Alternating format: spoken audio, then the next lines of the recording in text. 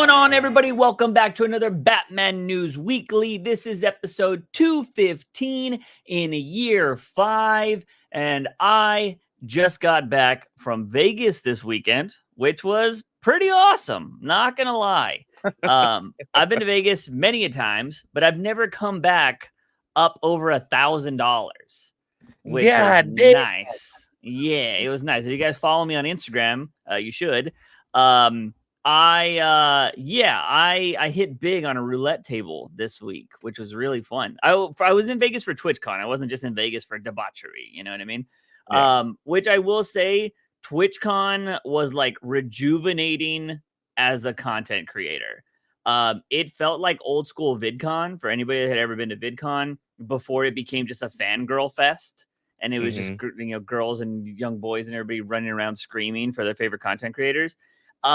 Like legitimate streamers that I watch on a daily basis were just walking around. You could just chat with them. Be like, hey, what's up? And it was just really cool. A lot of other random people that you would see too on the internet that aren't like mega celebrities that were there.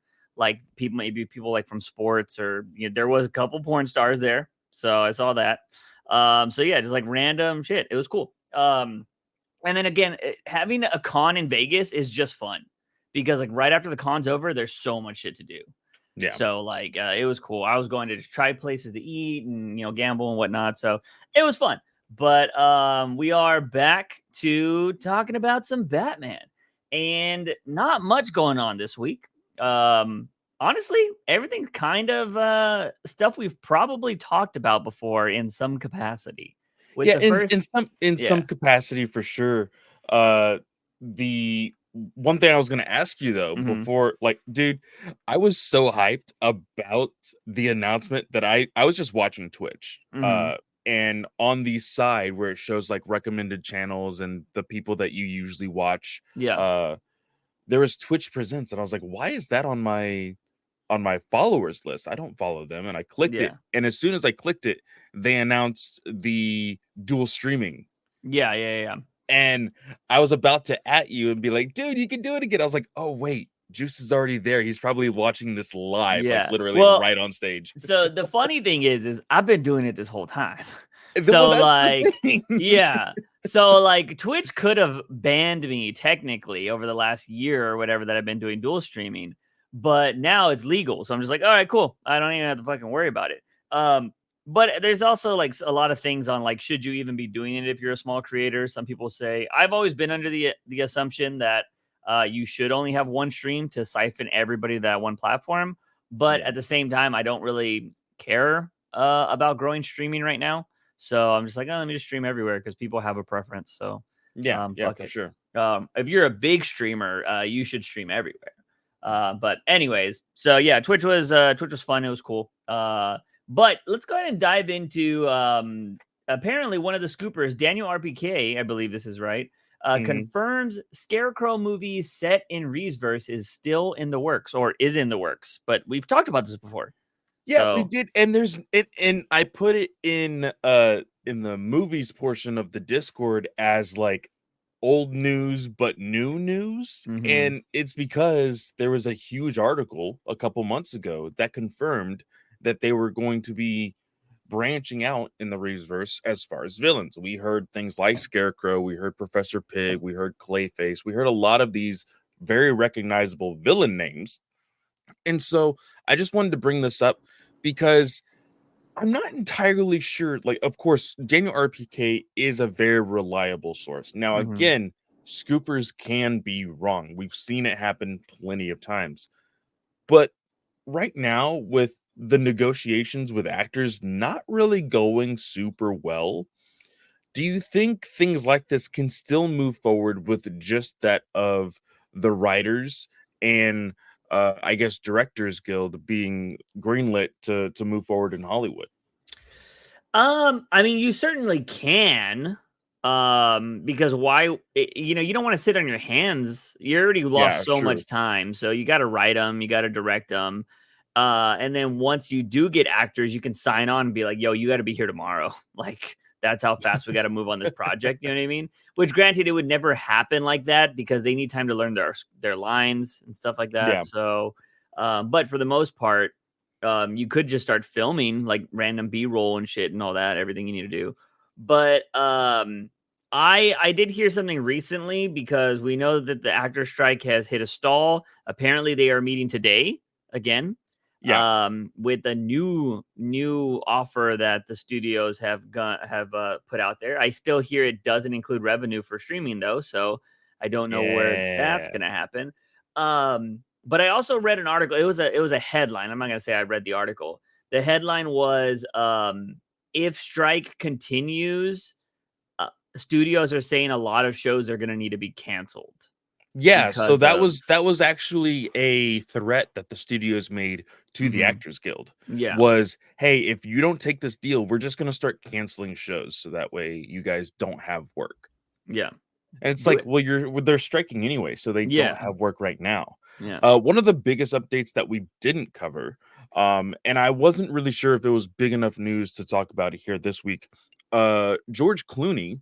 and other big actors tried to make a deal with SAG-AFTRA and be Mhm. like, "Hey, instead of just waiting for the studios to try to help us with all of this money stuff, why don't we pay SAG-AFTRA so that way we could still work, you could still have your insurance, and then Mhm. we'll deal with the studios at a later date." Yeah. And I think SAG-AFTRA basically told George Clooney, "Hey, that's illegal. You can't do Yeah. that." Yeah, it's So against their rules, something along the lines of like everybody's got to pay the same amount. Because I think Clooney was saying that like A-list actors, like the superstars, the DiCaprios of the world, stuff like that, should pay more, yeah, which totally fair with. Billionaires should be paying more taxes. You know what I mean? I think for the sure. people that get the most opportunities and have the most money should be paying a little bit more. Like I think that's just a fair thing. Because like just because like, oh look, I got healthcare doesn't mean I'm on your level, you know? I don't got a super yacht. You know what I mean? Like For I just sure. could pay for my fucking sickness or whatever. And so I think that's kind of something you would see in Hollywood from some of the big actors because they're probably pretty progressive, right? So they were like, yeah, let's pay our fair share. But I think it also comes down to the idea that like it shouldn't be us paying. Like, you know what I mean? It should be the studios. Like, Yeah. why would you like I think it would be really stupid. It's kind of like let's just take the whole of America, right? If everybody in America started taking money out of their checks and we're like, we're gonna put it into a pot so we can all have health care and be like, we're already paying fucking taxes. Yeah, Why that shouldn't would be pretty shit. you know what I mean? It's like us taking more money out of our pockets so we can try to help each other out because the fucking people that are supposed to be helping us are not doing jack shit. Like that's what the actors are doing, which granted, I like it. I like the idea of them, the heart's in the right place, right? Like, Well, yeah, there's this idea that was it I don't know why it became kind of viral on TikTok a couple years ago, but it was this idea like somebody stitched a video and they were like, "Wait, if people's debt are like only like," and they put like a random dollar amount. They're like, "Couldn't every single person in America donate $1 and get rid of everybody's debt just slowly?" And it's just like, do you know how tedious that would be? Like that yeah, just doesn't work like that. And I don't think it would work like this either. yeah, Um, the idea also gives the studio power to be like, "Oh, so we can just stall forever yeah, and we never have to pay anything because the actors are just going to pay it all for us." yeah. I mean, here's the thing. I think if anything, you if all the big wigs, like let's say, the freaking Clooney's, DiCaprio's, I think Emma Stone was on there. I didn't know Emma Stone was like that massive, to be honest. Yeah, Like I love Emma Stone. I didn't know she was Clooney level. Like, that's well, insane. I mean, Well, yeah, I it's pretty think wild. after things like La La Land and Fair, all of fair. her like big hits, I think even her new movie that's coming out pretty soon is like pretty critically acclaimed. So Yeah. So I mean, I guess she has an Oscar, right? So she is probably up there. But anyways, fuck, make y'all's own studio. You know, make your own true. studio, and then that way you just bypass everything. You're just like, all right, because then you make the benefit. Like you're the one that benefits from actually if your movie's a hit or not. You know what I mean? Not the studio. Yeah. Now you might have to rent out a space from somebody, and like they'll be like, oh, we're gonna charge you this much. Be like, okay, that's fine. because like you're only paying rent at that point. You're Yeah. not like you're not having to oh yeah, we gotta pay executives and all this crap. It's like, no, like star in your own fucking movie. You don't gotta pay yourself anything, right? Not like you need a fucking paycheck, but you probably get a percentage of the movie. So like I think that's a way you get around things, right? And that's what a lot of people, everyday people, are like, I'm just gonna start my own business because fuck it, I hate working for other people. You know what I mean? And that's what people do. It's a struggle, but at least you reap the benefits, right? Nobody else does. So I think they should do something like that. But at the same time, as actors, they probably know it's not the best thing because you are hearing. I don't know if you saw the reports recently about A24 is wanting to do more big budget property stuff because their critically acclaimed movies aren't making money. So, it's unfortunate. I get it. Like the idea of like your above the line films, and of course, people who don't know what that means is when it comes to the talks of Oscars and whatnot, there is above the line. You have the best actor, best actress, and all of that stuff, and below the line you have costume design, sound design, and things like that. When it comes to what people search for in the top above the line type of movies, they're not critically acclaimed because you have all the snooty film buffs who are like, oh, this is cinema, blah blah blah blah, Yeah. and it gets kind of like gate kept, but at the same time, the general audience isn't going to the movies to be snooty film critics. Yeah. They're going to turn their brains off and enjoy a good movie. And sometimes, I will say, sometimes those A24 movies can be that. Yeah. But most of the time it's not. They're looking for like the Oscar bait type of stuff. And so I can get the reasoning behind, hey, we want some more money reeling in. Yeah. What exactly they would go after at that point is odd. I don't know exactly what they would do. Because all of the big IPs are already taken, Well, they're going after horror is what they're doing because horror is pretty cheap to make and can make a lot of money. So True. I hear that they have gotten the licensing for Halloween and Jason. So Friday the 13th. Oh, that's right. Yeah. That's what I've heard so far. Which will be very interesting to see how artsy fartsy directors take on horror like that. You know what I mean? Could be a rebirth for those brands, which would be really good for them. But at the same time, you're diving into like nerdy comic book territory with that kind of stuff because the old cult fandoms are like, well, this doesn't feel like the Jason I grew up on. Jason actually wouldn't do that because, you know what I mean? I mean, I will say this: I say recently, in the last 5 years, I have had some friends that are really big into the horror scene, and they have some pretty big, like, they have like a freaking nerd Bible on the mythos of Halloween. And it's insane. So it's just like how we are with Batman and other comic book heroes. I mean, horror fans are the same way, just like how Star Wars fans are a certain way, Swifties are a certain way, all that kind of shit. People don't want to see certain things ruined or talked about or whatever. So we'll see how A24 does this gamble. I don't know how much the licensing is for those kind of things, but they're going to need to probably pop out a few movies to make it back. You know what I mean? Unless the first one's just a hit.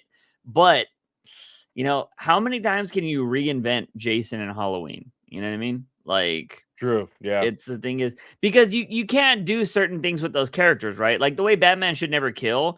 I don't think those villains are ever going to talk.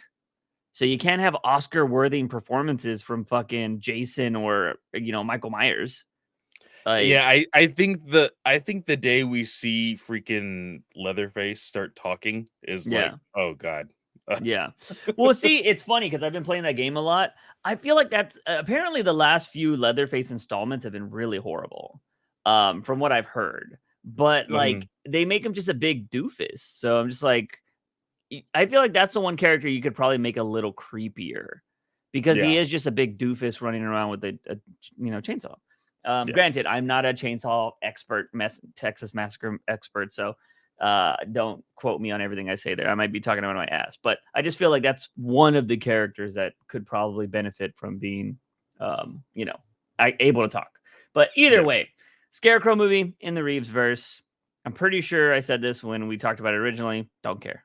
So, it's just like, and again, I will reiterate what you had said. Now that we have a DCU and the Reeves verse, yeah, we are more inclined to be like, okay, like, yeah, like we'll probably try it out, but we're not betting all of our money on the Scarecrow movie or yeah. any of the tie-ins to the Reeves verse, because we know at least we have another iteration coming eventually in the DCU. Yeah, I do still stand by the idea that there shouldn't be two universes.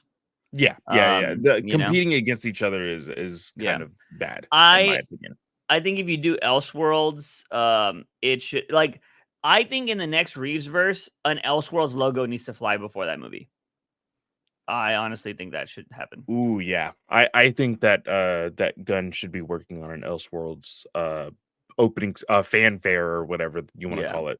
Yeah. Because I think if you're going to do Elseworld stories, you need to make them very different from the universe that you're going to be building, which it's fine. You can say that for the Reeves verse, but I think you need to fly that banner right before the movie starts. Be like, this is an Elseworld story. And so people know that. And because then they'll be like, what are Elseworlds? And then you'll be like, oh, we got these books over here. They're relaunching Elseworlds in DC right now. So people would be able to dive right into that. But anyways, moving on to this other one that I think is just, I think people are blowing out of proportion here, which is Eiza Gonzales as Wonder Woman.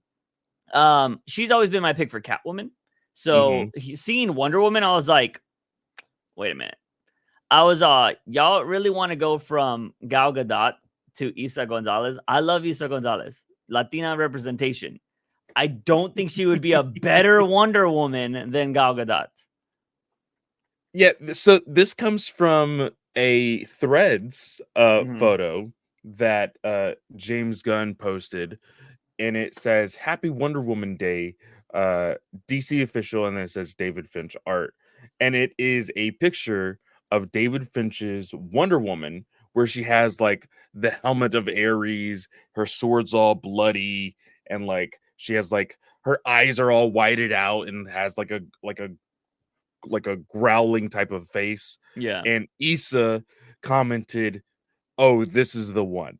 Yeah. That's all she did. It wasn't like anything really hinting at the fact, oh, she is Wonder Woman. That's all she put. And people were like, she's Wonder Woman. That's got to be it. She's a woman. She commented on a Wonder Woman picture. Yeah. She's Wonder Woman. That's it. It is really ridiculous. She actually auditioned for Catwoman. So like that was there, right? Yeah. Like that was sure. totally there. I just think Eiza Gonzales moving, like when you have Gal Gadot right there, there's no point. It is literally a lateral move. Literally. But here's the problem, Juice. We know that nobody from the Snyderverse of the DCU is coming back. So I think that ship is sailed. Reportedly. We got to wait for Gunn to confirm that. And Gunn has said as soon as the actor strike is over, he's ready to spill the beans on a lot of things. Yeah. Like he's ready to just start talking. Yeah. But as of right now, we like everything's up in the air. We are taking these things with a grain of salt. But I feel like it's probably true. Not with her. No, not with Eiza, but I'm saying with the whole like. Oh no, I mean, from the Justice League. I could believe it. I do think it gets stupider if you include nobody from the Justice League because you're including some assholes that worked on James Gunn stuff. You know what I mean? Like it's just like, oh yeah, let's bring some. Like it is. This is what I absolutely hate about the idea is you're giving the Snyder Bros and the incels all the fire they need by only keeping the James Gunn actors. You know what I mean? His wife's gonna move over 100%. We fucking know that. Viola Davis, she deserves to move over. She's great. John Cena's gonna move over because he's a part of that. Like it's.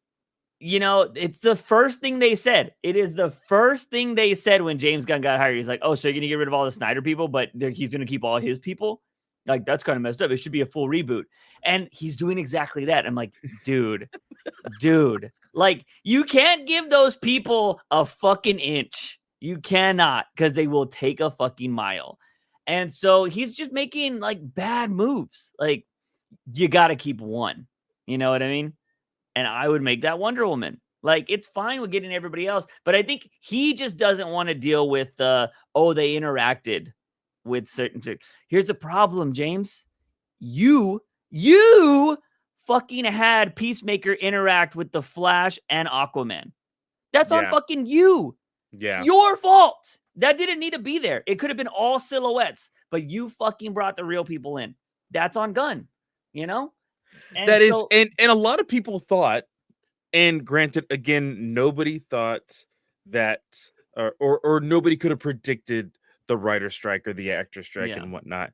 But a lot of people had said, oh, the only reason why Peacemaker had Flash and Aquaman was because those were the two big movies that were going to be in the next prior year. Of course, schedules changed and we didn't get Flash for another 2 years. But those were the movies that were supposed to be next. Yeah. And, you know, it was basically promoting those two movies. So I get the reasoning, but because of your unfortunate events that followed, you kind of got to make some changes. And that means that you probably shouldn't keep those characters. Yeah. I mean, just reboot it all, man. Just do a clean fucking reboot. And you know what? The one thing you can do is, if you wanted to, because it's the only person at this point, if I had to pick only one person ever out of anybody, is Margot Robbie. I feel like she's the one character you can do some time warp bullshit with, and she's in the new universe. Like, honestly.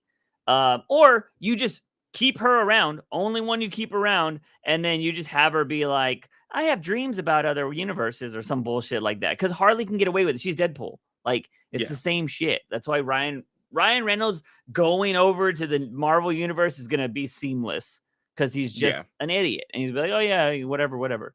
And they're going to make a big goof about it. You could do the same shit with Harley Quinn.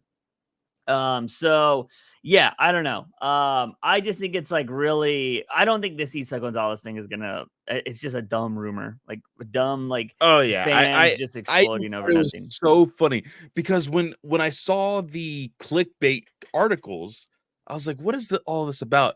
And then somebody actually just screenshotted it and tweeted the article. And I'm like, are you serious? That's all she said? Yeah. Like, there's nothing here. There's no context whatsoever on, hey, this is definitively happening. Yeah. And I agree with you in the fact that, like, I love Eiza.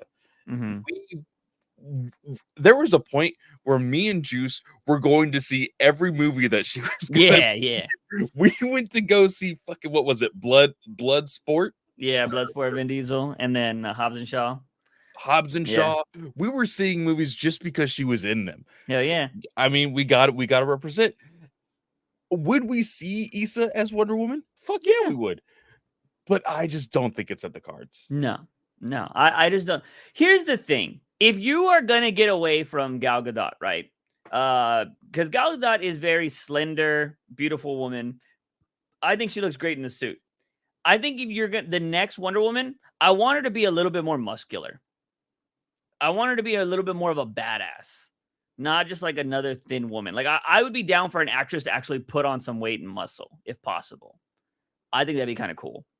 Because, like, yeah, give me, like, granted, like, maybe not like Gina Carano style, but maybe. I think like Lady Sif what's kind of okay. Oh shit! What is her name? The wrestler that everybody goes gaga over now, with short hair, always has like the black eyeliner.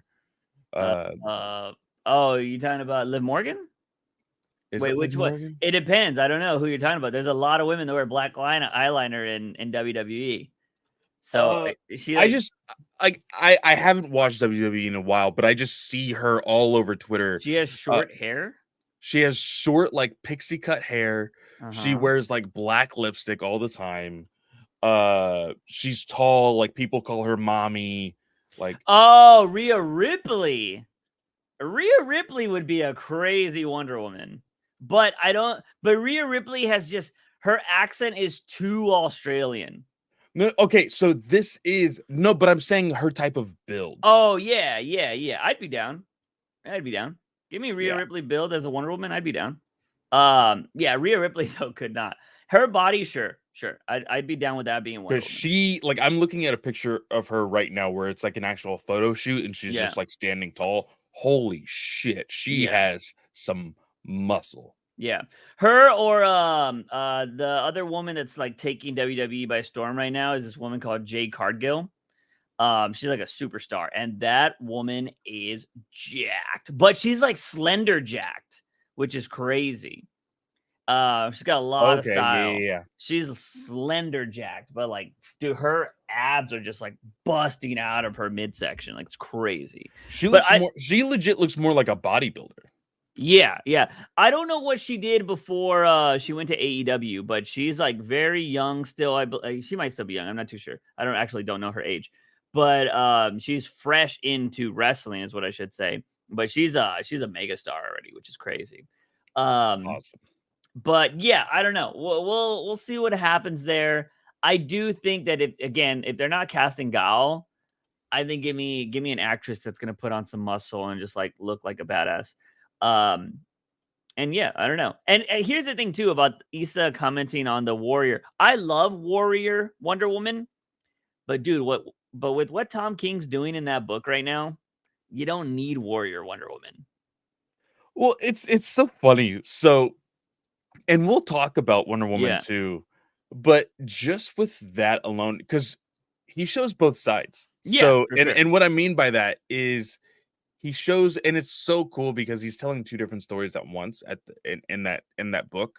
But he's telling one story where she has a sword and one story where she doesn't have a sword, and she's still just as badass in both stories. It's just like, oh, that's so awesome. It's the funny thing is I do feel like Tom King is kind of one-upping Patty Jenkins, who was all like, Wonder Woman doesn't need a sword. I'm like, yeah, but look how badass she looks when she's got it, though. Yeah. Like, you know what I mean?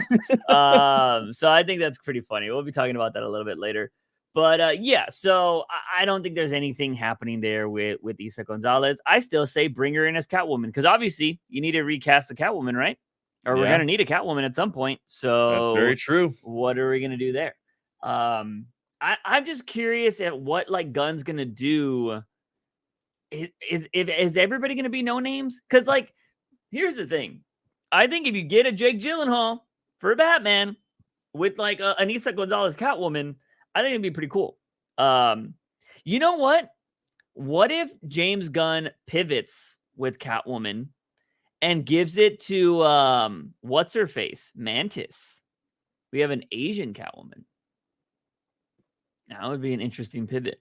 I could see that, honestly. Yeah. I think Catwoman has a very diverse story. Yeah.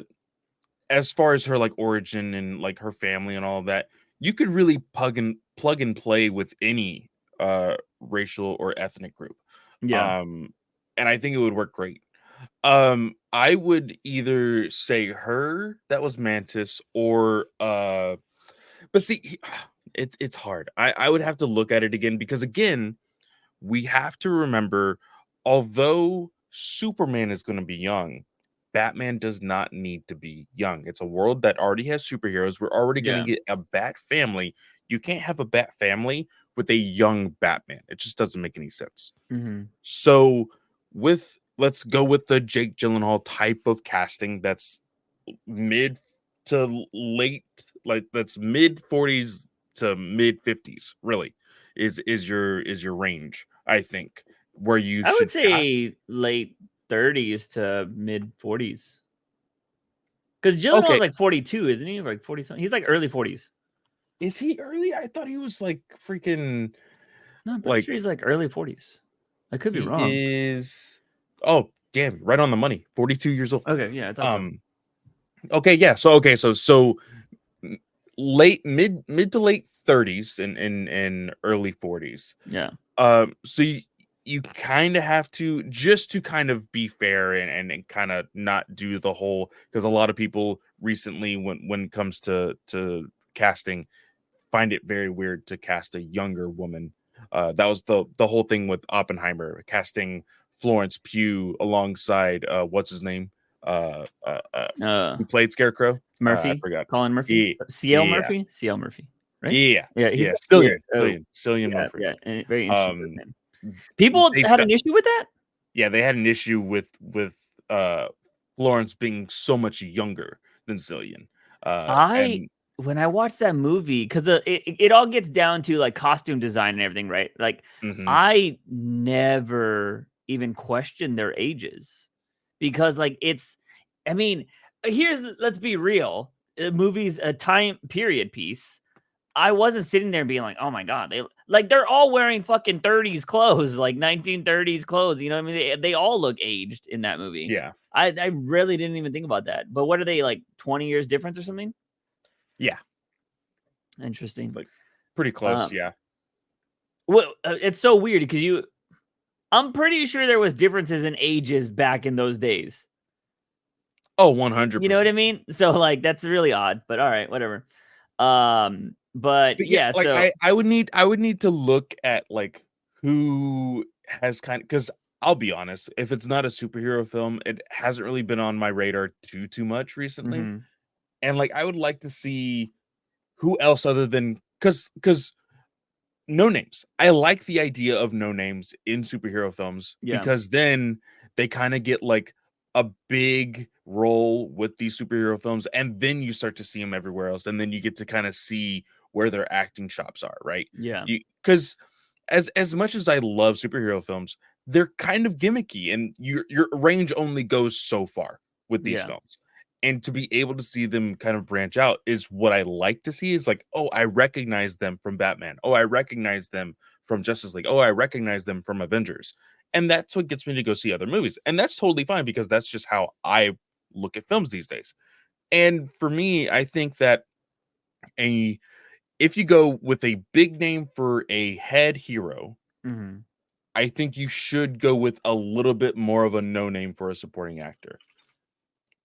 Now, when it comes to this whole Catwoman, Batman, Bat Family thing, I think it's going to be a lot harder because a Bat Family film, it's going to start getting expensive if you start throwing some names in there. Yeah. It's a big cast. I've said this on this podcast recently, that because I don't know if she came out and said this or what, but Anne Hathaway with Catwoman, I was like, I don't want to see her as Catwoman again. I didn't like her as Catwoman. I don't know what it's been lately. I've been seeing clips of Anne Hathaway. I don't know if it's because I'm older, but Anne Hathaway look a lot hotter nowadays. All I'm saying. And she also was in what was that movie she won an Oscar for? The musical? Les Miserables or something like that. Yeah, Les Mis. I don't know what it is. She had short hair in that movie. I was like, dude, they should have used short hairs for Selena Kyle instead of long hair Selena Kyle. I wouldn't say put her in there, but I will say I think she has great chemistry with Jake Gyllenhaal. Because they were in a movie called Drugs, Love and Drugs. I think it was a movie. They had great chemistry there, and they were also they in Brokeback Mountain together? I think they were married in Brokeback Mountain, if I'm not mistaken. Because he's in Brokeback Mountain, right? Jake Gyllenhaal. I haven't seen Brokeback Mountain yet, but I want to say it's him and Ledger, if I'm not mistaken. It is him and Ledger. Okay. She is the wife to Jake Gyllenhaal, I believe, or at least like they're dating or something like that. But they have great chemistry. So like if they were ever gonna bring her back, I might be open to it. I don't know why it is lately, but like she is just so charming. And but yeah, I don't know. So either way, but I wouldn't mind seeing her in the DCEU with something, even if it's not Catwoman or anything like that. I don't even necessarily want her as Catwoman. I just think if you give me Jake Gyllenhaal, I'd be down with her coming back just for that though, because they have great chemistry. But I don't know. I want the actor strike to get over because I want to see what James Gunn is gonna say. Yeah. You know, because my thing is yes, I would like, Gal or somebody to come back, but I also like to just fucking get shit over with so people will stop talking. Like that is one of my biggest things. I'd rather the news come out, even if I hate it, so we know what's going to happen, Like, oh, I'd rather know a show's going to get canceled instead of like, oh yeah, oh, maybe it's going to come back. Maybe it's not. Like, no, just if you tell me it's canceled, it's over. I'm like, all right, cool. So it is what it is. But anyways, oh man, we didn't talk about this. I don't think we talked about this because it might have happened before last podcast, or it might have happened like on Thursday or Friday, when obviously we were already done. Matthew Vaughn, we've said that there's rumors that he'll be doing The Authority. He has commented on it, saying like, "Oh, I think they're doing good stuff over there. I don't have anything to say on that. Like, I think James Gunn is awesome. Yada yada." Kind of seems like he's either playing hush hush, or there is nothing confirmed. There is a lot of stuff saying that he wants to reboot Kick-Ass, and that he's also going to be doing Kingsman 3. So a lot of stuff going on there. But at the same time, his idea for Superman came out, and it sounded fucking stupid, in my opinion. I don't know what you thought about it being the resident Superman person. I saw all the headlines, but I never actually got to hear his pitch. So what's his pitch? The pitch was that Krypton was going to exist over the course of the trilogy. So Krypton never explodes. It explodes later, apparently. And he's essentially like Superman still. I was like, how do you have Superman on Krypton? You're the Superman guy here. From my knowledge as the normie when it comes to Superman, isn't he just a normal guy on Krypton? Yes, it's because of the red sun. Yes. The red sun that eventually explodes and causes Krypton to explode within itself. It makes none of them have powers. Now, I will say, there has been stories with the Bottle City of Kandor, as well as Superman going into the past, going on to Krypton, where this is where the identity of Nightwing comes around. Superman created the identity of Nightwing, where he was patrolling a Kryptonian city. And so he was at one point a hero like this. So it could be that, but it also sounds like it could have also been something like possibly like a political hero movie. I would see like just the way you're explaining it to me, with Krypton being there for the idea of the trilogy. So you're saying that Superman would have never gone to Earth. Yeah. I would assume that he would be a vigilante hero. I just don't like that's. This is the way when I heard the pitch that Krypton would still exist, because Krypton exploding, I think, is very important to Superman's origin. Oh, yeah. It would be like Batman's parents never dying, but he still becomes Batman. Yeah. You know? Superman needs to be put in a shuttle and shot to Earth. Like, that's what I think. Yeah. Just from the origin story. So hearing that Krypton doesn't explode in this movie, I'm like, well, how the fuck is he Superman? Like, it makes no sense to me. I Google Matthew Vaughn's Superman pitch, and the very first article that pops up is a CBR article. Yeah. That's headline is Matthew Vaughn's failed Superman trilogy had the right idea. Yeah. No, I saw that title too. Like, go fuck yourself, CBI. Go fuck yourself. Now, granted, maybe I misread or misunderstood the pitch, and maybe there was more to it. I just don't see how Krypton existing works. Like, how does it become Superman? Do you film the whole movie on Krypton? Like, I don't know. It's just like, maybe there's a reason why Matthew Vaughn's Superman never got made. I'm just going to throw that out there. So, anyways, but I do think he would be able to handle an Authorities movie, because he probably wouldn't be writing it. He would probably just be directing. And I think he's a solid director. So, there's that. Are you reading it? Well, I'm looking at it a little bit. So the idea of it would be when he comes to Earth, he has a little bit more of a idea of Krypton, because of course it would be an older Kal-El, as it says. He would have a better relationship with his parents. This sounds a lot like it's taking a new spin on what the New 52 did.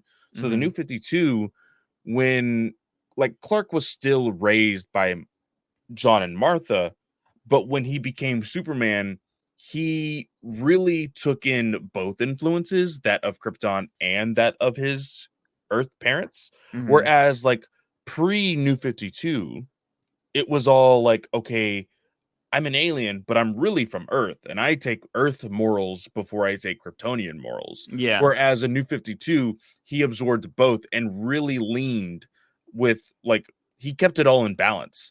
So a lot of people didn't like that because he was using a lot more like alien technology, and he just felt more alien. And people were like, no, he's an Earthling now, and being racist and stuff like that. Yeah. So like I can see where they're coming from, but it's just an odd idea. Like, why? Because I feel like having him escape from a exploding planet onto Earth would almost probably make him a little bit more hostile. Yeah. Well, we've all grown up, and we were all kids, and we all had friends that, you probably had friends that were like, that had step parents, right? And they're like, you're not my dad, you're not my mom, like, you're not my real parents. Like, why wouldn't Superman go through that if he's older? He knows that what Krypton, like, what if Krypton, like, he's fucking living in a palace and he's got fucking gold chairs and chains and shit and everything. Like, it says right here, it says, in a way, the trilogy would have allowed Kal-El to witness the rise and fall of a technology advanced world like Krypton, thus allowing him to have a different viewpoint about planet like Earth after he arrives. This is the problem that everybody, like, people don't. It's so hard to explain that. But the thing is, people are always like, Superman's a god. Why doesn't he just like take control of everybody? This idea would have Superman be like, oh, y'all are making the wrong choices. Let me make the choices for you type of ideal. Yeah. This is Injustice Superman. Yeah, I don't know, man. I saw, like I said, the pitch. It's just sometimes origins are just perfect. And I think Superman's is perfect. Because, and I think it's, as much as I think a lot of white Americans want to be like, that's Superman, that's American, he's an immigrant. And I think it's why a lot of people relate to Superman, no matter what race you are, because more than likely, and even white people, everybody's an immigrant at some point in their life. You know what I mean? Like, if you're an American, like, especially. Take it from the words of Kevin Smith. You want to make a good hero? Make him an orphan. Yeah. Boom. And just the way that they do it in Superman, being able, and I get what some people could also argue against, being like, oh, he's being manipulated by white America when he's growing up from such a young age. It's just like, you're taking the wrong idea from who Superman is. He's being raised by good people, not just white Americans. Yeah, I hate when people do that. That's like the reverse, right? Like, everybody would be like, oh, white people are all bad. I'm like, no, dude, I've never seen the Kents and be like, damn Kents, them whites. You know what I mean? Like, no, the Kents have always been great people. Like, you know what I mean? So like, yeah, I hate when people do that kind of shit where, oh, just because they're white, they're bad. I think that's also really fucking stupid. But yeah, I don't know, man. Like, I just think that Superman pitch was not great. I think Superman has a great origin. I love that he falls in Kansas and he grows up on a farm. You know what I mean? Like, I think that's just awesome. And so, yeah, I don't think you just fuck with that. So I'm hoping, Matthew Vaughn, I still like him as a director, but I'm glad we didn't get that Superman. So, but yeah, moving on from that, we got a little bit of gaming news, which is, if you're a fan of the Arkham Knight game, the Batman game, they're adding Robert Pattinson's Batman suit. So if you want to beat that game for the billionth time, you can now beat it as Pattinson. Are they adding the car? I didn't see any photos of the car. They already have some gameplay there for the Batman, Pattinson's Batman. And I will say, one of the screenshots I thought was taken right from the movie. It's really nice looking in like 4K and whatnot. But again, just like you said, it's like, this game is what, 10, 15 years old? And it's just like, why? Yeah. Like, I mean, I don't mind people adding something to an older game, It's probably better than them remastering it and being like, and now when you pay $70, you get the Pattinson Batsuit. So yeah. It's probably better than that. At least, like, I don't know. I think it's for somebody that probably plays the game, you know what? Here's the thing. I will say that adding that Batsuit might actually get people that have never played the game to play it for the first time. And I think that's a positive. Yeah. So my only response to this was I quote tweeted the post and I was like, oh, but you still won't add George Clooney suit? Like, yeah, they don't want to now. put Nips in there, which he just came back in the flesh, so why not? You know exactly. What I mean? So yeah, there's that for any gamers out there that wanna do Pattinson suit. I haven't checked because I don't play the game, but does Fortnite have Clooney's Batsuit? Or is that just a random generic? It's a generic Batman suit. Okay. Yeah. Got you. So yeah, that is all we got. I'm trying to think. Oh, I don't know. Let's just have this discussion because I don't think either of us got to the bottom of this. But on comic Twitter this week, everybody was talking about comics not needing rock stars. And we've had this discussion before on the podcast in this 5 years that we've been doing this, going on 5 years. And the idea that like I heard this from multiple different people saying that like comics just needs good stories and comics needs like heart and like all this kind of stuff. It doesn't need rock stars. And I wholeheartedly disagree. Now, if you mean they don't need rock stars where they're like assholes that are trying to like manipulate people and sleep with women and do all that kind of stuff, because there has been that in comics before and we've seen those people get called out and shunned out of the business. But I think you do need personalities in comics to bring more people to comics. Yes. And sometimes they do it the wrong way. So for example, Marvel had CM Punk write Drax comics. Recently they had Gerard Way did some stuff. Oh, he's done DC stuff. Who? Oh, Gerard Way. George Wade. You also had Paul Dano do stuff with the Riddler Year One stuff. Yeah. And some of those are hit and misses. I completely understand that it's all, up to the taste of whoever's reading it. But when you have rock stars attached to comics, let's say that of a Jeff Johns, that of a Gail Simone, that of a Jurgens, Dan Jurgens, trying to think of what people thought Brian Michael Bendis was a rock star. Again, some are hit and misses, but they bring readers to your titles. Yeah. And that's what you want. Now, like you said, we didn't get to the bottom of this, but Ram V seems to have gotten some flack over something. I don't know. I recently also saw, I think it's the writer of Action Comics currently, and he also writes Green Lantern. I forgot his name. But he quote tweeted a writer in Hollywood that was like, oh, yay, like, I'm just now starting to work with somebody who was talking shit about me during the strike, blah, blah, blah. And like giving advice about like how some people are the worst in the industry, blah, blah, blah. Well, that comic writer said that's so true.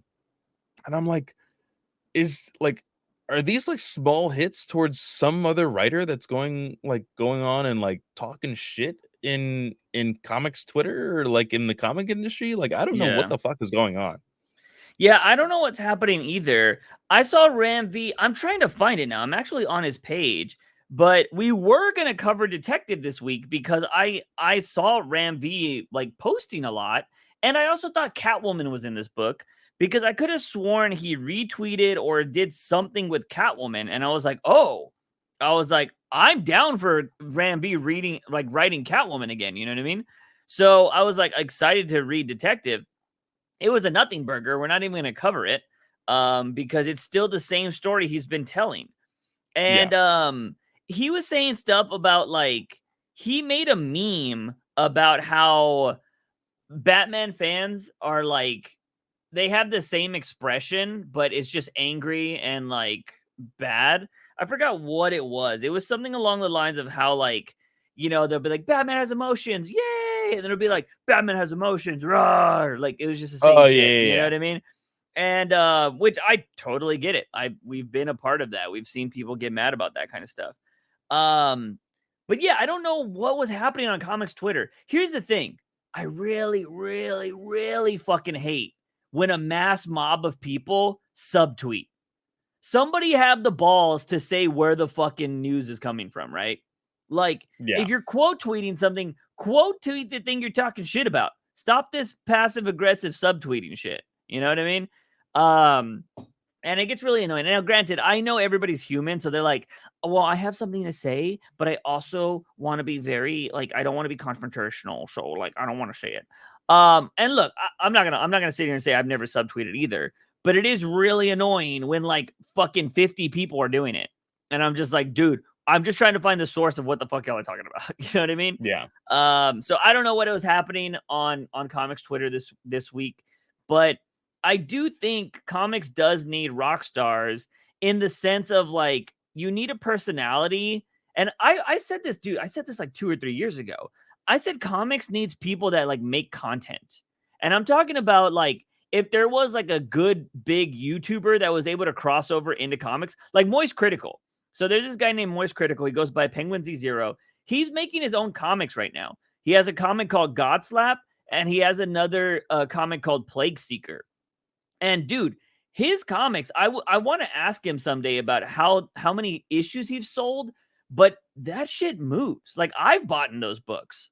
And so, like, and granted, like, I've read them, like, oh, they're pretty good. And he actually, on God Slap, he works with somebody that actually worked at Marvel. Like, they're writing. I believe that for God Slap, they're just telling the story. They're giving this writer notes and story beats, and the writer's writing it. Yeah. So I think that's how it goes. Plague Seeker is actually him, like, actually the YouTuber. So I'm like, oh, this is pretty cool. It's nice to see somebody like that. And he just makes videos. He's like, hey guys, Plague Seeker #2 is out this week if you guys want to pick it up. And dude, like, he live streams, and he has this little thing when somebody buys it every time. And I've seen people just going bling bling bling, like, Plague Seeker, Plague Seeker. And so I think it would be stupid for people not to have personalities in comics. Like, I think we need that. And, like, you know, it's so weird to hear comic writers be like, comics need just better stories or whatever. I agree, but you guys are working for brands that want you to do the same shit over and over. So, like, yeah, maybe it also needs some people to stand up and be like, I'm not going to do that. You know what I mean? For sure. So, I was looking at Ram V's Twitter also. It looks like 1077 is going to have Catwoman, and it's going to bring back his editor and letterer from his Catwoman run. So it's going to be his old team coming back for a Catwoman heist. Okay. So maybe we'll pick up 1077. Yeah, we'll see. But we'll see how that goes. Yeah, because I did read, or I read a majority of Detective, and I was like, boring. Because it's just like, he's still doing the supernatural, like, it's still got those weird people in it, and, like, it looks like Barbatos is still there. And look, I'm a fan of long storytelling, but you got to get me in the first couple of issues of long form storytelling. Like, I don't care if you're gonna do 100 issues if I think the story's boring, you know. So I don't know anybody that's talking about Detective, to be honest. It's not on any of my friends' radar. Like, I hardly see anything detective wise on my timeline. Yeah. Oh my god, I'm just scrolling through Twitter randomly, and Five Nights at Freddy's is at 37% on Rotten Tomatoes. Oh fuck. Isn't that like Blumhouse or something like that? Like, a really good studio's behind that? Yeah, it was supposed to be like a pretty, like, big deal for them too. 37%. Holy shit. I think it's stars that guy from the Hunger Games, right? The guy? Yeah. Wow, that's sad. That game is scary as fuck, though. I should have never played that game at the height of my anxiety. That was just the worst game to play. It gave me one of the worst jump scares of my life, which I thought was fucking hilarious now that I look back on it. But anyways, moving on to viewer questions, ladies and gentlemen. Starting off in the Discord, we have Arwitz, who says top 3 things you want to see out of the new Batman. And I did ask to clarify if this was Reverse or DCU. And they were like, well, I know you don't like, you're not a big fan of the Reeves-verse, so DCU. So 3 things you want to see out of the new Batman. 3 things. Okay. Yeah. Number 1. We liked the blue suit in the DCU. I think we need to see a proper, like, tone, like color tone and everything to the suit. I want to see a proper blue suit. And I'll be honest, doing my research for like some of the content that we're putting up on the channel, I'm getting more and more like, man, that light blue and yellow suit looks really good. And I'm just like, I don't know if it can translate well on screen. Yeah, it looks so good in comics. Dan Mora's version is really great. Like, I think that's what's kind of bringing it out. Yeah, I don't know if you could do that. Somebody would just need to be ballsy enough to do it. And if it looks good, then you're just like, yeah, that's fucking awesome. Even if it's just temporary, like just put it on the screen. Just put it on the screen for people to be like, oh shit, and then put on like your normal bat suit. Yeah. You know, the problem with it is somebody in Hollywood would be like, the yellow symbol needs to be a light. It has to be a light. And it's just like, oh God, like you don't need to do that every fucking time. I just don't, because here's the thing though, Clay. I've never seen a good cosplay with the blue cowl. And that's what scares me. Yeah, I don't think I have either. You know? And so I wonder if Hollywood's been like, we fucking tried. We have fucking tried. There's you know what I mean? There's like hidden Christian Bale suits. Yeah. And hidden freaking Keaton suits that are blue and gray. It's just like, nope, not ever gonna see the light of day. My thing is, what was the Zack Snyder, the people that did his costumes? Ironside Studios or something like that? Ironstone, or I can't remember. It's like Ironheart. I don't know. It's if they can't do a blue suit Batman, nobody can. Because they I think they had either an Instagram or a YouTube for a bit, but they showed their version. Instagram before a bit, their version of Apocalypse that was supposed to be in X-Men, and it was comic book accurate Apocalypse. And I was like, dude, like if you look it up, like it looks amazing. So if they can't do it, and also I don't know if actually, you know what? Have you seen the Conan superhero suit? Yeah. That's a nice blue. That blue might work. And that was by Ironheart Studios. Or I need to really know the name. I'm butchering the name because I don't know if it's Ironheart. But I'm trying to look it up right now. Yeah. Conan's suit was made from them. And his blue looks really nice. If you guys don't know, I'm talking about Conan O'Brien. He used to be the late night show host. Or the Conan O'Brien late show. And he used to go to Comic-Con every year. And I was there the year that he premiered the Conan suit, or at least the Conan mobile or whatever. I went to a few things and I got to see him in the Conan suit. And the Conan superhero costume is fucking amazing. It's like literally him in a suit, but he's got like abs and stuff through it, which it looks so great. And his helmet is his hair, like super exaggerated. And it's amazing. But that blue of that suit works really well. So maybe that could be the cowl color. And so maybe it could work. They need to go to them again. Because I think it was they do fantastic work. But anyways, moving on. So yeah, you said cowl. What else would you go with? Okay, so that's 1. 2, I need to see a bat cave. Okay. Like a bat cave. Recently, like the Batfleck like underground, like it almost became a cave, but it was still like more of just like building elevator stuff, and it was kind of boring. So I need to see a bat cave. I want to see freaking moisture falling from the roofs and like from the ceiling. I need to see the giant penny. Like I need to see these things. We want comic book accuracy. We want comic booky stuff. So I need that. And then 3, just because I saw the video of the Batman costume in Arkham Knight, I need to have that kind of fighting style. I need more. I don't need this stiff, like realistic, grounded. Okay, sorry. My lights just flickered. I don't know if you're seeing that. I am seeing it. My lights are flickering, so this podcast might go out. FYI. So yeah, sorry. Go on. Continue. So I'm tired of this like stiff fighting. I need to see comic book accurate, fun, wow, like freaking warehouse Batman type of fighting all the time. And I need to see it throughout the Bat family, not just with Batman. So those are the 3 things that I want in my Batman. Yeah. I want 1, romance. I want him to actually be dating Catwoman the whole time, or like having some kind of off and on thing with Catwoman. I don't want him to have a flavor of the week, for every movie or whatever. I don't want that. Next, I would agree with the fighting, but I want to try to go differently than you. Need a good looking. I need a Batmobile, like one that legitimately looks like a Batmobile and not a tank and not a muscle car.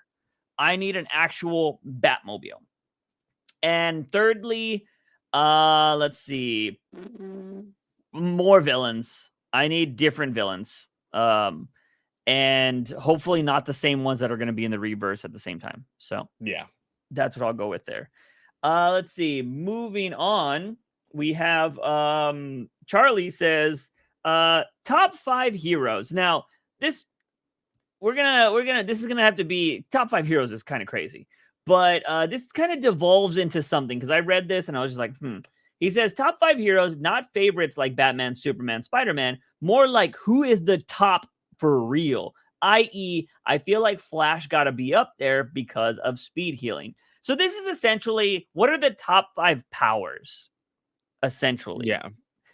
And I think it's mad that you don't have Superman on that list. Like, bro, what? Like Superman needs to be up there. Yeah, he's Superman the pinnacle of superhero.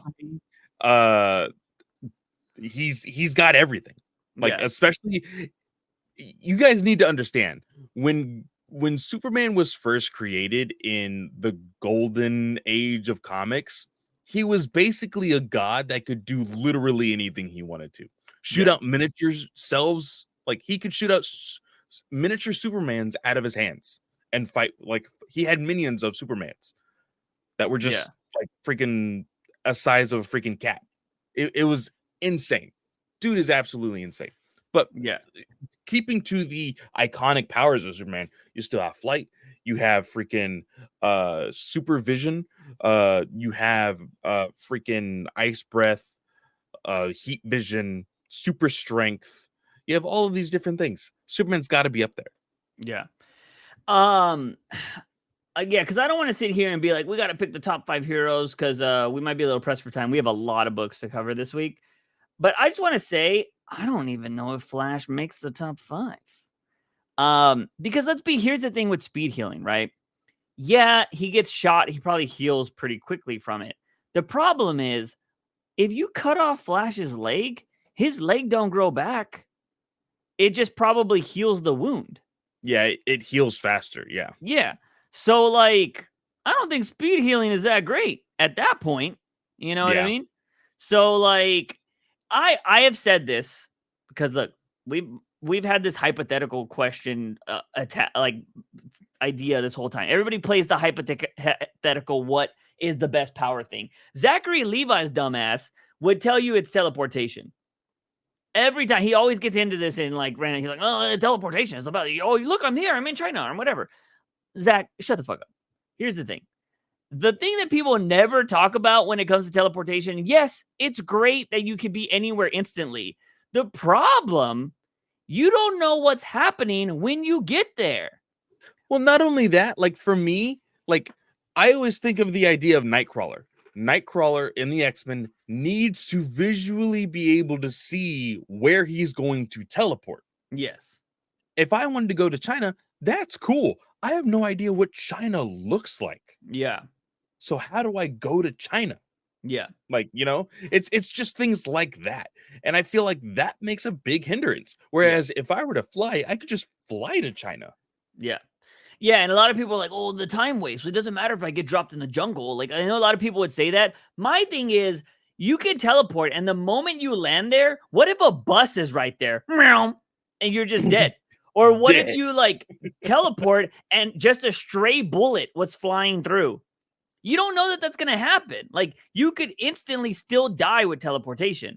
I Yeah. have always said the best power, I think, I would take this in a heartbeat, is indestructibility. Being Yeah. indestructible. The only things you need to worry about are drowning and poison. That's it. Yeah. Everything else. And you can negate one of those by never going near water. So, like, you know what I mean? Like, I'm not going to do that. I'm not going over an ocean or anything like that. Until you drown by drinking a cup of water. Yeah. Yeah. Yeah, you could probably get like swirly to death or something still, but like you're indestructible. You know what I mean? Like you don't have to like, yeah, it's gonna take me 14 hours to get to Japan, but you know what? If my plane crashes, I'm not dying. Everybody else is gonna die. I'm not dead. You know those, the statistics that you can die on the way to the airport more than getting on the plane? Not me. I'm indestructible. You know what I mean? Like, you don't have to worry about any of that. I'll spend 14 hours on a flight if I need to, but I never have to worry about getting hurt. Like, dude, that would make my life so much easier. With how crazy the world is, I'd take that in a heartbeat. So yeah, I don't know. Top 5 heroes, I just feel like that's really weird to have those kind of things because Superman would definitely be on there. But yeah, I don't know if Flash would make the top 10 because I would go like Manhattan would automatically be on there. Like the super crazy people would have to be on the top, like quickly. So I don't know. But yeah, that's a question for a different time. Real quick before we move on to YouTube, just got an Mhm. update about the SAG-AFTRA Studios Uh-oh. negotiations. Studios will reportedly stop negotiating with SAG-AFTRA until January unless they get a deal in the next week. This is this is a tactic by studios to put pressure on the union to take a deal. And of course, I love discussing film because at the bottom of every freaking post, they like take a slap at studios, Yeah. and so they say SAG can wait until the and they can wait for the deal they deserve as long as it takes. Yeah. Yeah, I mean, I don't understand. Studios are definitely trying to strong arm them, but they tried to do the same thing with writers, and what had happened? They caved. Yeah, But actors need to really hold out. And here's the thing, like, you know, I'm pretty sure a lot of actors that are like maybe like low budget actors are probably doing other jobs. I told this story, I'm pretty sure, on the podcast, but when I went to Comic-Con, my Uber driver was a director. So like they're doing stuff to like make money. You know what I mean? Like I'm sure a lot of them are like, yo, look, I can't strike forever. I support the strike, but I need to go work at Home Depot or I need to go do something, until I'm able to make that money. And yeah. the bigger people are the ones that really are the ones that need to be out there donating. And dude, how much money has like Seth MacFarlane donated already? Like that dude is donating a shitload of money. Yeah. And it's so funny because people shit on Family Guy and shit on all those things all the time. Now they're like, oh, it's not even funny anymore. And that dude's out there like holding shit down. He's like, oh yeah, I love this. I support this, yada yada. Like, shout out to Seth And MacFarlane. there are still a lot of actors still donating to the guild as well. Mhm. Um, I The Rock don't know if donated a couple million or something like that. they have anybody like Drew Carey, Yeah. whereas Drew Carey at the WGA strike was like feeding them lunch every single day. Yeah. I don't know if somebody at like or somebody within SAG-AFTRA is feeding them every single day, like Yeah. Drew Carey was with WGA. There is this not YouTuber, he's a streamer, and this happened during the very like start of the strike or when it was getting like really hot and heavy. The streamer named Hassan Piker went out there to do picketing as well because he lives in LA and he bought them like all pizza and shit. So yeah, there's like a Nice. lot of people out there supporting and stuff. I hope they hold out till January. It would suck for Superman, but Yeah. I think actors this is the one they've said it. They need to hold out. The crazy thing is it only lasts for 3 years. That's wild. But I would assume that you hold out now, right? And then you have, when it comes up to 3 years again, it'd be like, you agreed to this the last 3 times. Why wouldn't you agree now? You know what I mean? I feel like that's kind of the same way studios would be like, oh, fine, we already agreed to it. Fuck, nothing's going to change. So it is. So it'll be very interesting to see what goes on there. Moving on to the YouTubes that we got. Eduardo de la Cruz, one small thing. When you bring it out, you can introduce me as who would win. Two-Face versus Leatherface. The Joker versus Pennywise. Darkseid versus Doctor Who. You're not beating Doctor Who. No. Because all I could think of is the War Doctor versus Darkseid. Yeah. Darkseid's done. Darkseid is done. He'd blow up your whole planet. Like, it's just if it's the War Doctor, you're fucking dead. But even the real Doctor kills people. Like, he doesn't have a problem. He'll try to save you first, but if you show you're an asshole, he'll kill you. So he's not Batman. You know what I mean? Doctor destroying Darkseid, and he's fought people worse. Well, because they can, woman or man. The Doctor has fought people way worse than Darkseid. So like battalions across universes, across galaxies, like because universes within galaxies or within universes, right? I don't know. I don't know space. But anyways, Joker versus Pennywise. Interesting one here. Pennywise is an alien.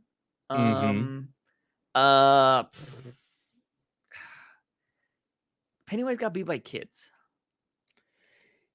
Yes, he did get beaten by kids. By multiple people. Joker is just one person. Yeah. I don't know. Because you do have here, you can kill Pennywise, but apparently it'll just come back 27 years later. But I will say this. Joker has not once, but twice gotten the upper hand on Superman. I mean, he's got an upper hand on Batman too. So, I got to go Joker there. I mean, it's really like, let's be real. In society, when you get beat up by kids, people just make fun of you. You got beat up by kids, bro? Oh my God, look at this guy over here, got beat up by kids. I'd go Joker there. Leatherface versus Two-Face. It's funny, we've talked about this earlier. I don't know a lot about Leatherface. Can you kill him? Can you shoot him? Because Two-Face is shooting him. Yeah, Two-Face is just blasting him. Yeah. So I don't know. I don't know the lore. I don't know if he's indestructible, if he's like Jason, where he'll just fall down and get right back up. Okay. Well, my thing is, what's the premise of the game of Texas Chainsaw then? You don't kill him, you just run away? Yeah, you just run away. That's all it is. Wow. Because I was going to say Friday the 13th, you could either run away or kill Jason, right? Yeah, but you need Tommy. But you need Tommy, exactly. Yeah. But in Texas Chainsaw Massacre, all you do is run away. You don't kill him. Yeah, you just run away. Wow. Which it's so funny because like, it's like you get to the property line and he just stops chasing you. It's like, I'm off your property. And he's like, oh, Texas laws, I can't trespass. I'll get killed. So like, you know what I mean? So it's just like, you know, you can do anything on your own property, but I could defend my own property. Yeah. I can't get out there. Them damn kids were on my lawn, so I got to kill them while I wanted. But God forbid they get off my lawn.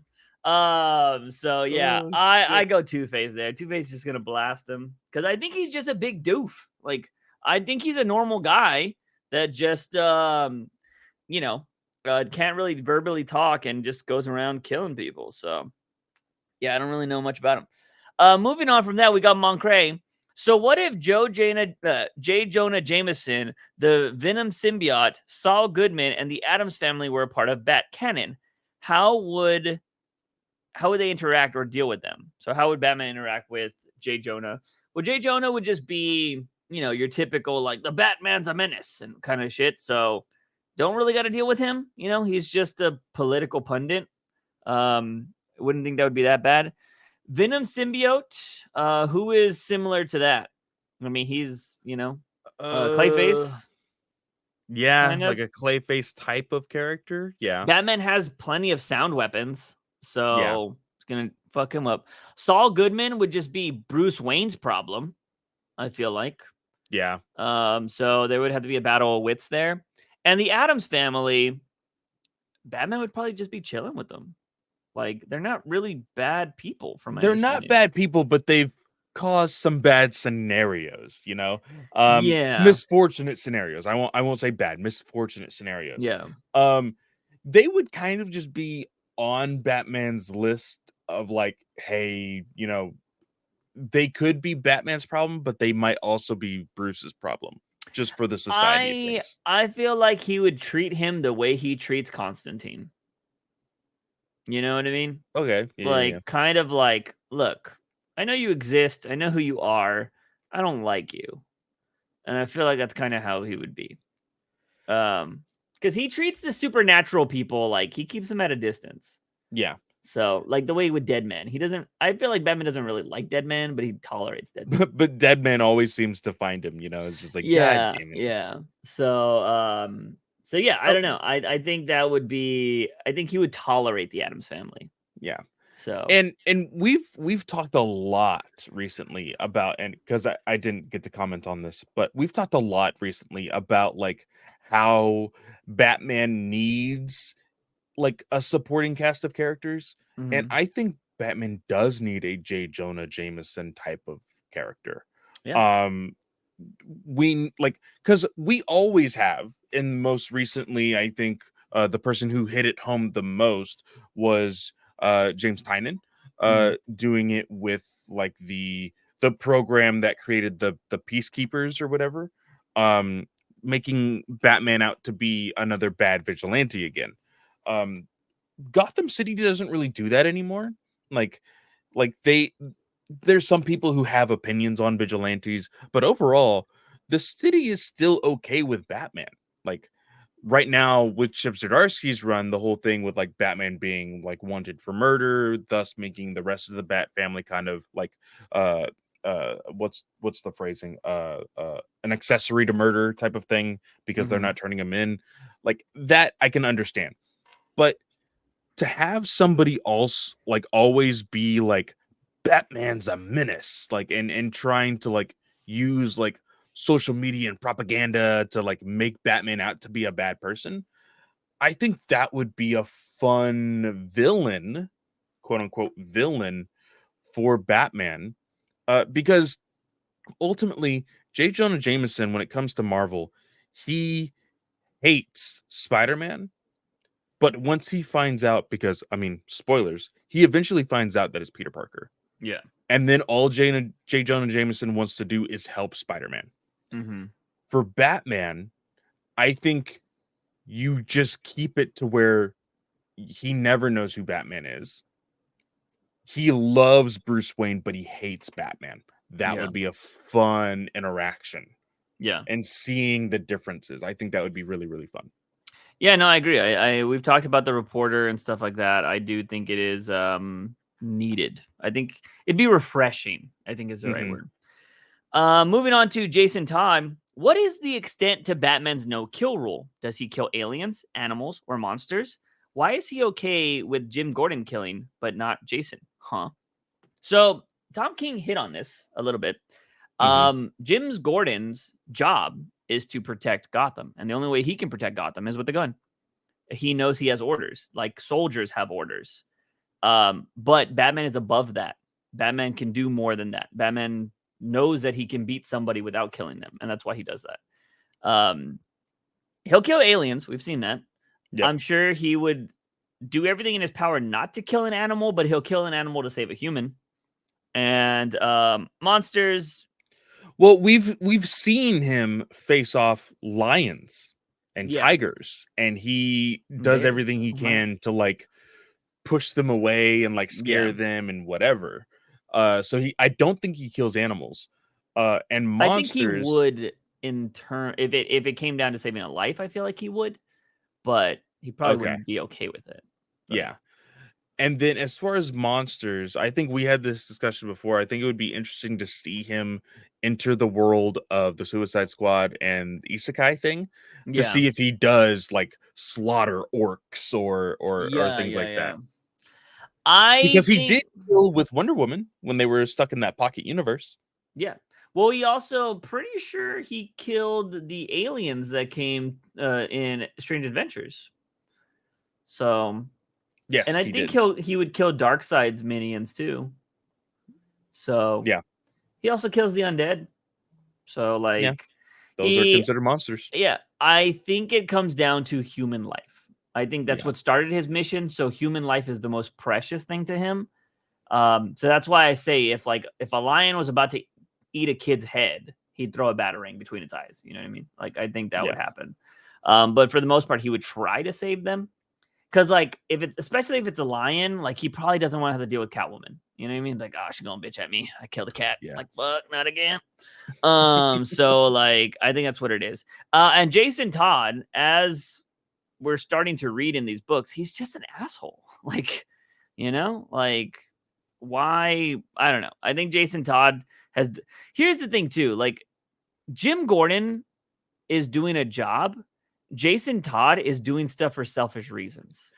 But also, one of the things that you just said with Batman being above that, he taught Dick, Jason, and Tim and Damian to be above that. He taught them. So he knows Jason has the capacity to do things that he, Dick, and Tim can do.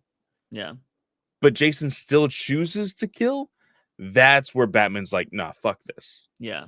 And I think, Batman knows Gordon is a good person at heart, and he wouldn't take a life just to take a life like other GCPD members would. Yeah. So Batman would understand that that's like, oh, you had to do that. Because, we didn't finish Joker. That was just a Jim Gordon book. But he that whole premise of the book was him to kill Joker, and he didn't. So, even though he has every right to want to kill Joker. So, it is what it is. Moving on, Nathan says, what new Bat villain sounds most interesting? Mr. Juice, a sadistic Mr.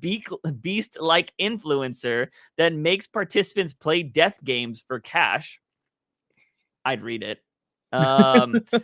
Dark Matter, an assassin so stealthy they are never once drawn/seen.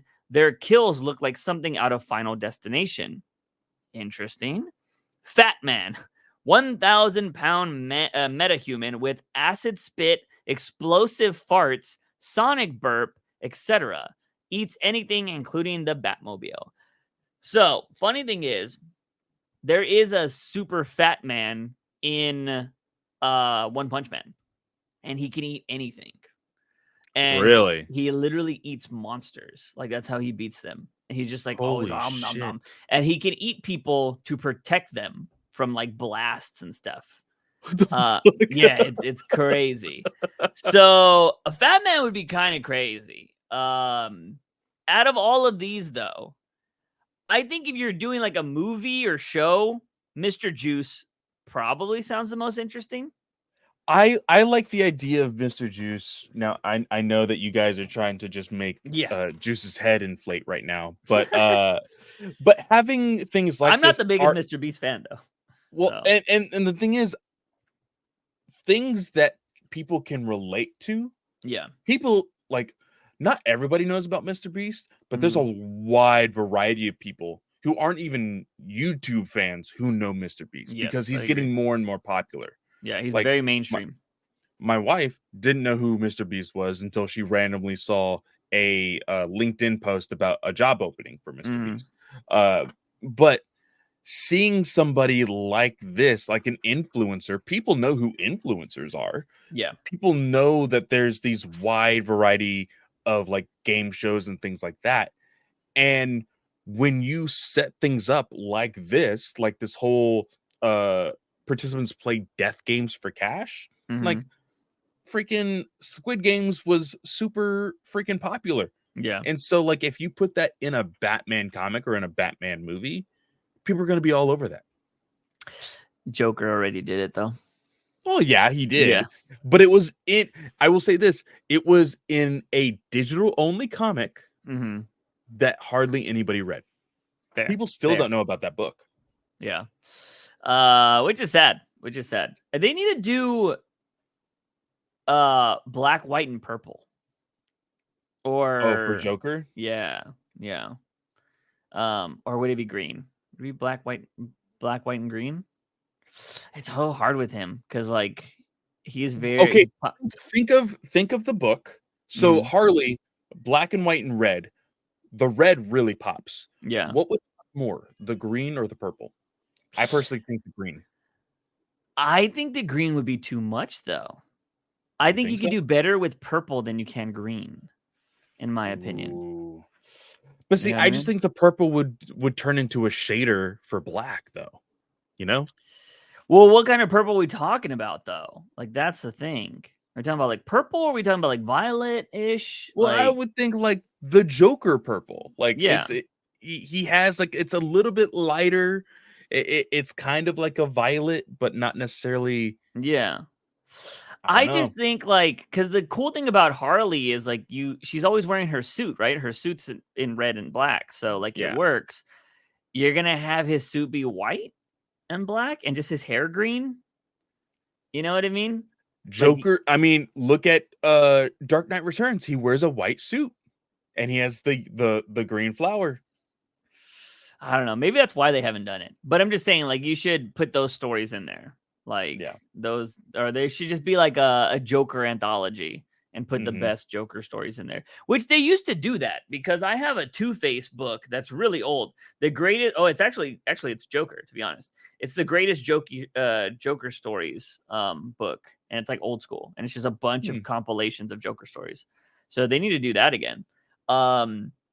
Like, you know, it should just be like through years, like the best Joker stories from 2000 to 2010, something like that.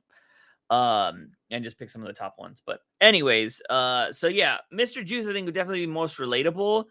The stealthy assassin one is I would be intrigued on how Batman would catch that. Yeah. So, but yeah, Fat Man would be, I wouldn't be able to like read it without thinking of Kevin Smith. Because like that's his podcast. Yeah, the you know Batman. I mean? So it would be funny if they made him look like Kevin Smith, though. Fuck. Like if you tell me Kevin Smith writes that story, I think that's awesome. I think it would be awesome just because of like the life change that he has gone through. With having to like really change his health stuff just because of him having that heart attack and whatnot. Like I think that would be kind of cool. Well, I think that podcast probably started obviously because he's a huge nerd, but didn't he get like talk shit to on a plane for being fat? Like, I don't know. Wasn't there something like that? I could be wrong, but I don't know if that's what started that podcast. Anyways, or at least the name of it inspired. Clay says, what change would help the box office for the DC flops most? Blue Beetle adding Jessica Cruz and George Clooney cameo to confirm timeline changes. The Flash replacing Supergirl with Henry Cavill and Second Barry with Grant Gustin. Suicide Squad make Joker the main villain / only villain and add Black Manta. We're talking about, I guess, James Gunn's Suicide Squad here, I'm assuming. Well, it says main only villain, so I'm thinking that it's the original Suicide Squad. That wasn't technically a flop, though. Yeah, that movie was successful. It made over $700 million. Now, was it a good movie? Oh, it was not. It was not. That is the bottom of my barrel on my list of DC movies. So, The Flash replacing Supergirl with Henry Cavill would definitely help. Huge. Yeah. And I don't think Blue Beetle really adding Jessica Cruz and George Clooney would help that movie, to be honest. I mean, who's playing Jessica Cruz? I would ask. But for the most part, I don't think it helps. To be honest, that chick in Blue Beetle might have been an interesting Jessica Cruz. To be honest, the main Latina. She would have been a cool Jessica Cruz. I want to know who they're gonna put as Jessica Cruz if in the new DCU. Eiza could be a Jessica Cruz. Eiza could just be a Jessica Cruz, but I also feel like they would probably go with what's her name from Fast and the Furious? The popular one. The one that dates Dom. Oh, yeah.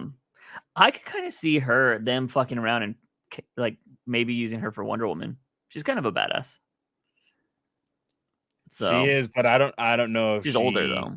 Yeah, she's a little bit older.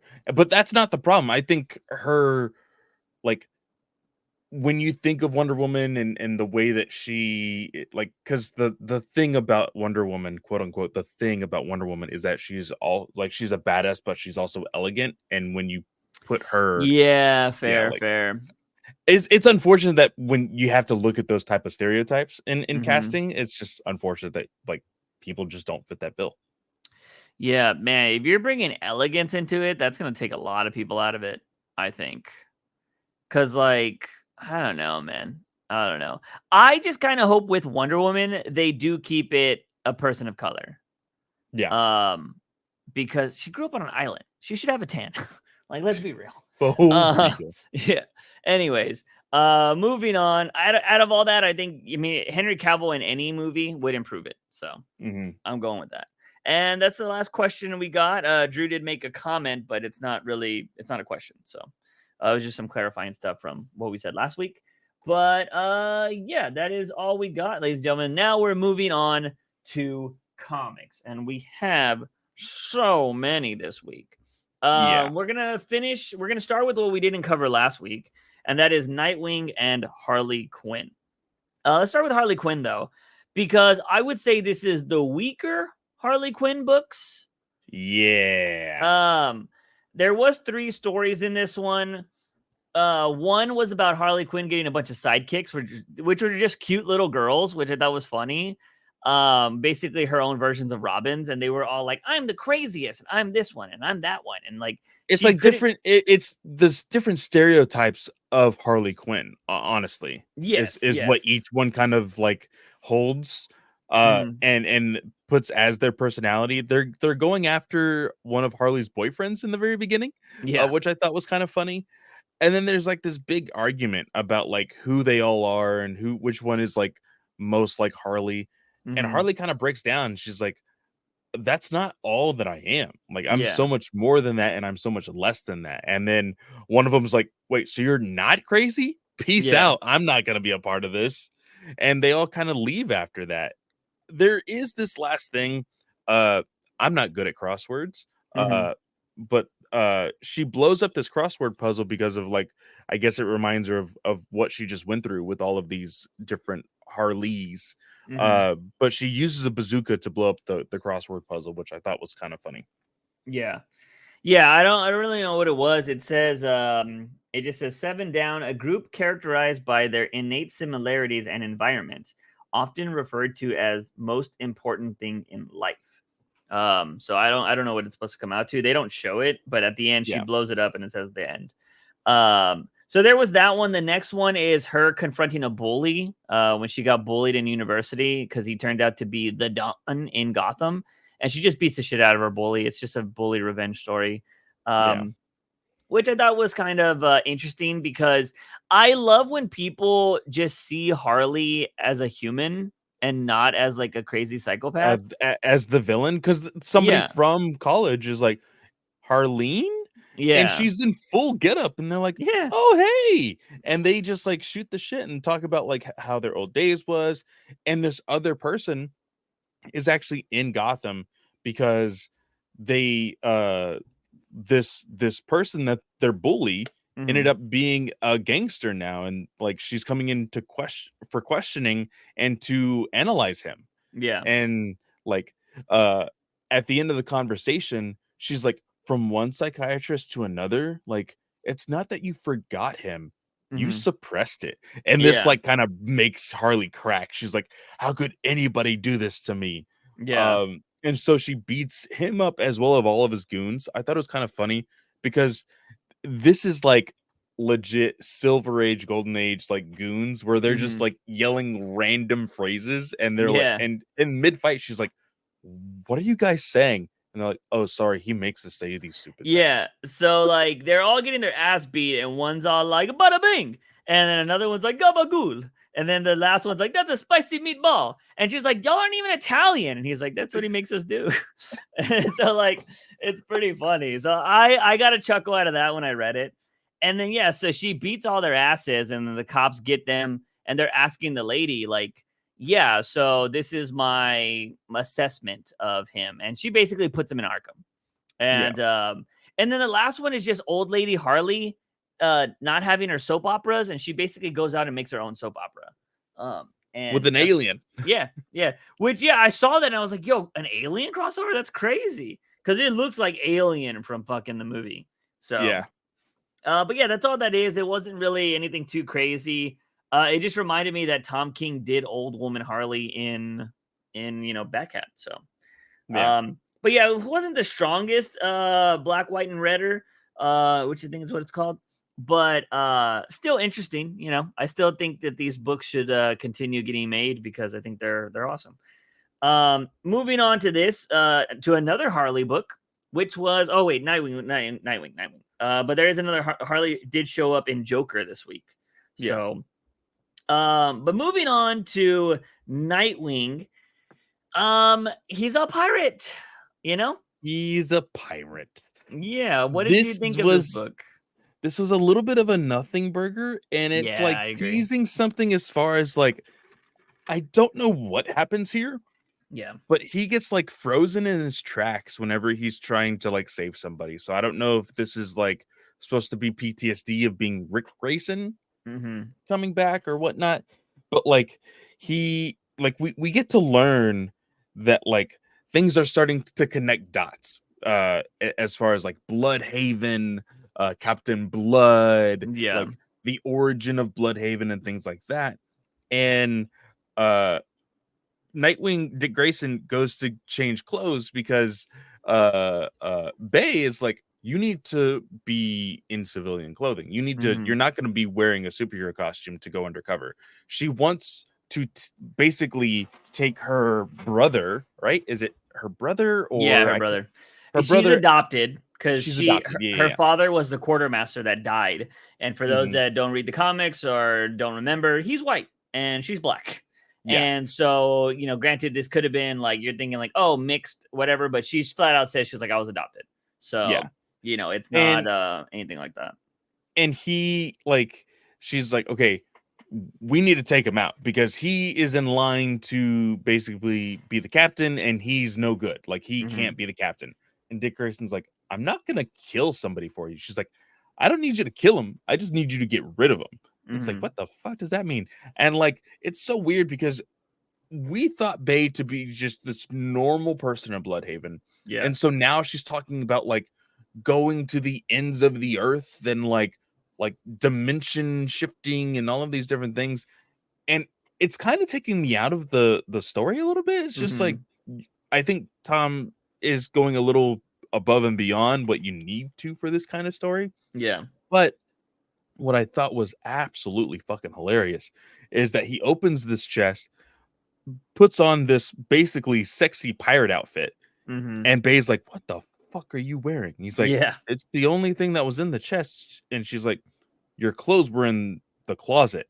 Like it was supposed to be just a t-shirt and jeans. Yeah. And he's like, oh, well, then I'll go change. And she's like, nope, you're going to have to be this stupid, sexy pirate on a romance novel type of character for the rest of your mission. And he's like, crap, okay. Yeah. I think this was a little bit on the nose when she's like, okay, one last thing, your mask. Is there anybody else watching through your mask? It's like, why would she even think that? Like, I think that Tom Taylor, like, he's jumping through hoops to move the story forward in like a really unnecessary way. Yeah. Like, he could have just like switched out the mask. Like, and I understand that Batgirl, that Barbara is there, like talking to Nightwing at all times, but like, how would Bay know this? Like, for her to assume this and make him switch out masks, I think was a little much. Yeah, could have also damaged the mask. That could have done something. With the pirate suit, Barbara does ask if he can bring it home, which I thought was interesting. But yeah, so the PTSD thing, right? I think some people might think that's stupid. As somebody who experienced random anxiety while I was at TwitchCon, it just comes out of nowhere. Like you never really know when it's gonna hit. Like I just walked into TwitchCon and I was like, "Yo, what the fuck?" I got like lightheaded and I was like, "What's going on?" I was at one of the TwitchCon parties too, and like I just went upstairs and like couldn't breathe. Like I was like, "Yo, what's going on?" So it's like kind of crazy. It's just what happens. I do think it is gonna be a story where he's around people, like he's around Bay, and like while he was Rick Grayson, he wasn't Nightwing, you know? So maybe it is some PTSD. Unless I really hope they don't bring back like that crystal or whatever the hell Joker was using during those stories. To like forget things. Yeah. Or whatever the hell it was. Because like there was like somebody crazy behind all of that pulling the strings. So yeah, I don't know. We'll see. I could totally see it being a story. Maybe Tom Taylor wants to deal with PTSD and tell that kind of story, which I'm totally cool with it. It does seem a little weird because Nightwing hasn't had to deal with any of that since. But as I said, you know, sometimes you think you're great and then it just comes out of nowhere. So I'm not going to harp on that too much. But yeah, I do agree that this was kind of a nothing burger. There really wasn't much in it besides kind of explaining Bay's origin, I guess. So moving on. Sorry, got a little yawn there. We got chapter 9 in the Joker manga. And again, these are very, very quick stories. There's not a lot that happens in it. And in this particular story, Joker needs to interview for the daycare and he needs a mom. And so he needs to go save Harley Quinn because Harley Quinn needs to be baby Bruce's mom. And yeah, it's just kind of like Joker being nice to her. And he's like, I need you to be like, you know, the mom. And she's like, she gets the wrong idea. Like she gets the wrong and right idea, which I think is funny because he's like, go buy yourself something nice. And he gives her a credit card. And she's like, I'm going to be the best mom or whatever. And she's late to the interview that they're waiting for. Joker looks like generic white guy news anchor in his outfit, which I think is so funny. He has his hair black, like he looks like fucking Ron Burgundy, which I think is so funny. And he's interviewing with this lady at the Wayne nursery, and Harley is like late for this interview, and he's like, oh, I'm so sorry, my wife is late, and yada yada. And she shows up in her Harley Quinn outfit, and he's all like, what the fuck are you doing? You're supposed to do that. And, and I love how he's like, oh, this is it. I have to kill Harley right now. I can't just like let this urge go. She's gonna fuck everything up for me. Yeah. I love that she like does a wink and it indicates like a good mom wouldn't spend money on new outfits. She would use what she has. And I'm just like, oh my God, that's a very Harley Quinn thing. And like, yeah, Joker's like, I'm going to kill her right now. And, you know, the nursery woman who's doing the interview asks a question and Joker's like, it's about bullying. She's like, what if you found out that your son was being bullied? How would you handle it? And Joker's like, well, I'd find out who the kids are and then and he was going to say, I'd slaughter them all. And Harley's like, well, what we would do. And she just gives like the perfect parent answer. She's like, we wouldn't want to judge right away, but we would want to know kids are kids. So we want to know if, it's a pattern that's going on, if the kid has been changing behavior, yada, yada, yada. And since there's a lot of people around, we'd like to get the story from the teachers and everything like that. And she's like, oh my God, that is such a great answer. And essentially, it seems like they're going to get into the daycare, right? So, and Joker's like, huh? He's just kind of like, he is like, oh, I knew you were right for the job, Harley, essentially. And that's it. That's all the story was. These are very quick stories, and there's not that much that comes out of them. It's usually one scenario. That's all it is. And that's what happens. I try to look at it and like, it being Joker, these feel like so much different than like other mangas I'm reading. Maybe because they're more comedy based. Mm-hmm. Because like I read Chainsaw Man and like that new, I forget what the new one's called that everybody's like saying it's basically Demon Slayer and it deserves an anime already. And they're just like all the memes about it. Kobayashi. It's not Kobayashi. I don't think it is. Maybe that might be right. I don't know. Have you read it? The one with No, I the think I got a notification about it earlier yeah, though. it's like 6 chapters in, but like essentially it's got like Demon Slayer vibes because it has to do with like magic swords essentially. Um and so like it's really popular, but like that one's even like intense and everything. I just don't get that vibe when reading these Joker stories, which I think is really funny. Um but moving on from that, let's see what else we got. We still have a few things. How many books was that already? 3 we went through? Yeah, I Moving mean, we on still to have. Oh, go ahead. Go ahead. I was gonna say Gotham War. Yeah, yeah, Red yeah. Hood is next. Uh, I was a little like confused by this one because it seemed like the story was all out of whack when I was reading this, but they kind of tied it all up at the end.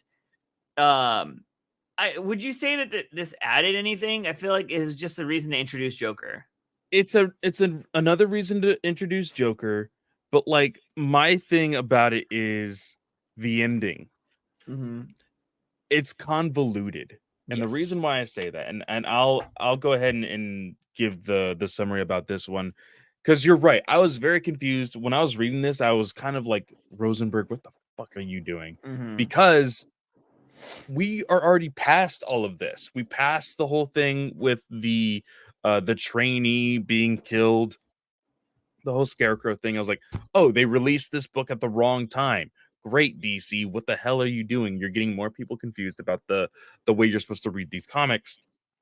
Ravager gets brought into this. So I was just like, what the fuck is going on? But you're right. Eventually, at the end, we get through a like 48-hour time period of Ravager waiting on Red Hood. We see the confrontation between Red Hood and Batman. We see the confrontation, like how that gets resolved and everything, with Jason now being like basically fear gassed, and all of that.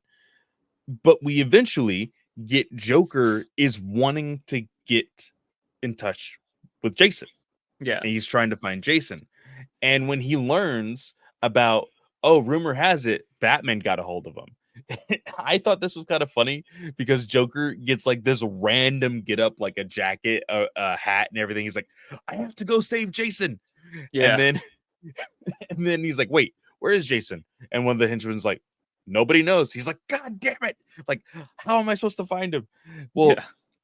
he ends up being at the place that was burned like to the ground, where we end up finding Jason, where Batman and Catwoman saves Jason. We see that there is a confrontation between Scarecrow, Jason, and the Joker. And this is Mm-hmm. where I have a problem. Jason, yes, he's very scared. He has all of these different things messing with his brain and whatnot because of what Batman did to him. But wouldn't it have been a very important detail for him while he's escaping to be like, Joker was just here, Mm-hmm. right? Like, Yeah. hey, like, Joker's kind of a big deal. Joker is here. And for them to just kind of leave that out, like, and there's even a point here where Joker hears uh Catwoman say, oh, he's right here. Joker is right next to Jason. And you're saying Catwoman didn't even see Joker? Yeah. Like, I it's mean, it very does. convoluted. Yeah, I mean, it does show that he hears her through a vent. So he's going through a window when, she's on the other side of the wall. So it is somewhat believable. But I do agree, this Gotham War has gotten very convoluted. You don't need Joker and Scarecrow, Savage, Selina, Scandal. Like, there's just too many cooks in the kitchen right now when this should have been a war between Selina and Batman. But we Yeah. called this from the start. We were like, Yep. this is not, they're not gonna fight. It is going to be them having a stupid reason to fight and quote unquote go to war. And it was just gonna be all the villains coming back and they gotta team up, which Yeah. is the dumbest thing ever. They haven't even fought. Nope. Selina and Batman have not even fought, which is crazy. And it's so dumb. And like this whole like story is very convoluted because originally this was about the crooks stealing. That's what it should continue to be. them It's stealing not even more about that stuff. anymore. Like No, Zuran Ra was introduced, we haven't seen him at all. no, They put so many ideas into the very beginning of the story, and then they're like, okay, now drop everything and bring back all the villains. yeah, yeah, it's stupid. Um, there's not much to say about these Gotham War books. They've been pretty bad. Yeah. They're going to continue to be bad even though after this, because again, we already know what's happening after the war. Selena's leaving Gotham for whatever reason again, and Zurin Ra's coming back in Batman. So like, I don't even know why I should care about any of this right now. So yeah, there's that. This next book we're gonna cover, I have not even read. So you said we had Batman Beyond. Yes. I So totally skipped this book. I didn't know it happened this week. this was let me actually go back to the numbering of this. This is issue number 4, Buried by the Batman Beneath. And the last thing we saw was the like nightmare Batman from the Court of Owls attacking uh uh uh Kyle and Terry, and they Yeah. jumped down into this like sewer main or whatever. Well, uh it's a giant hallucination. Let's just say that off the bat. It's a giant hallucination throughout the whole thing.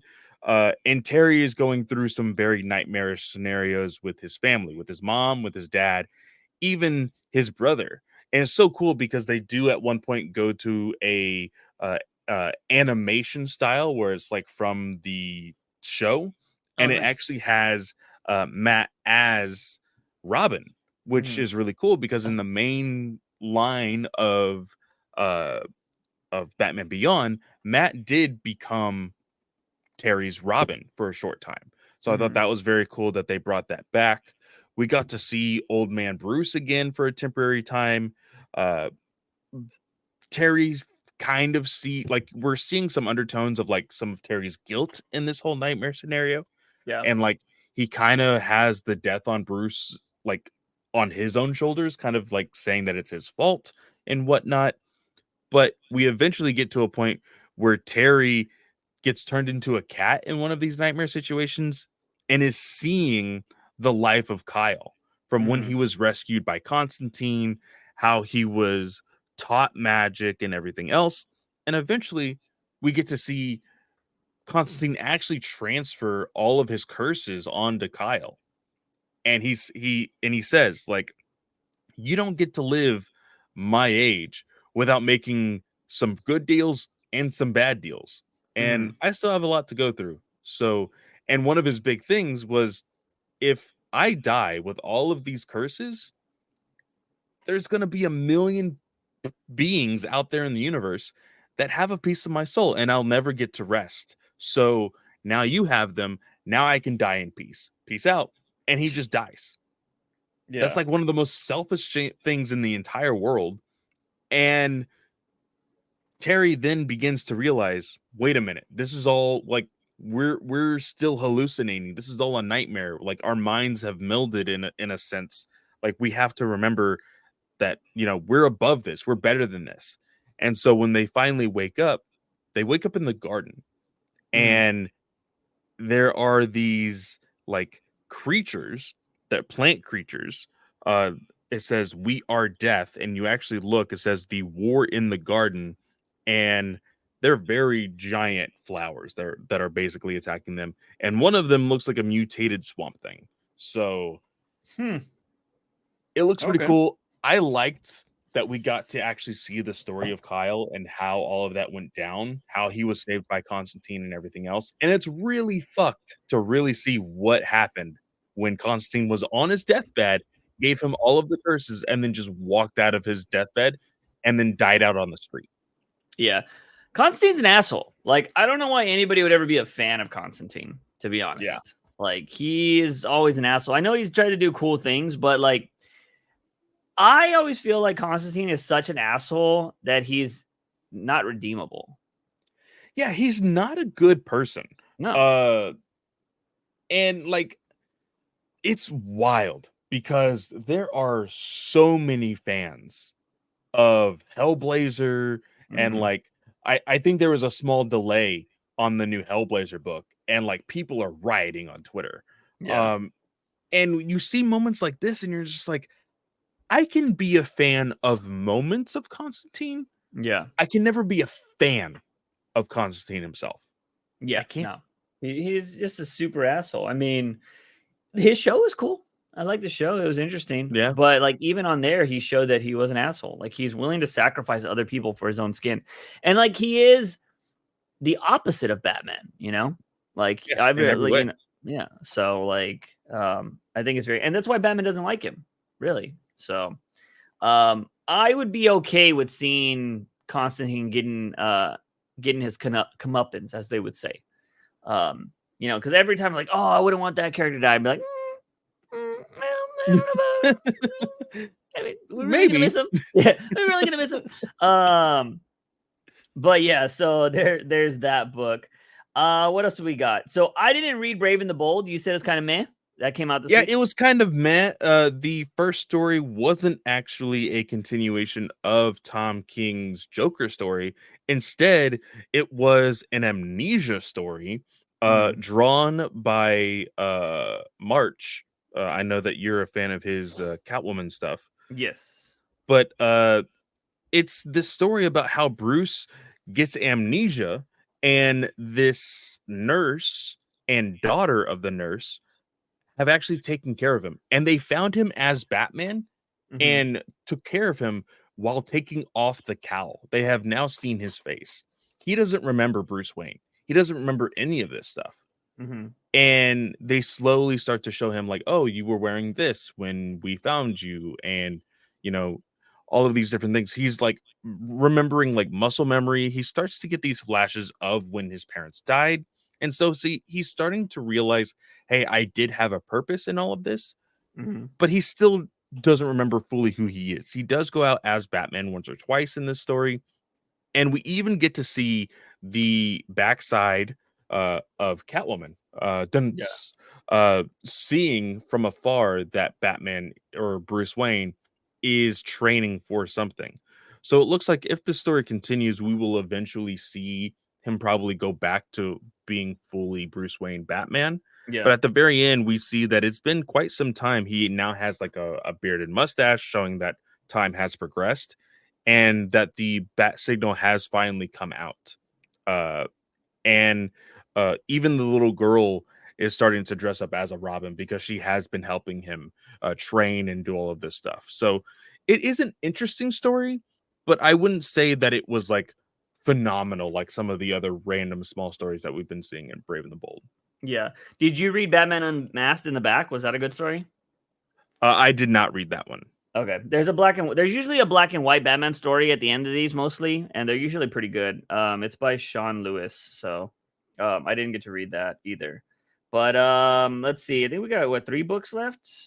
We have the Penguin and Wonder Woman. Okay. I believe are the only ones. Clay didn't read Amazon's. I did skim through this. So for those of you that don't know, I think this is also Sean Lewis too, if I'm not mistaken. No, this is actually Campbell.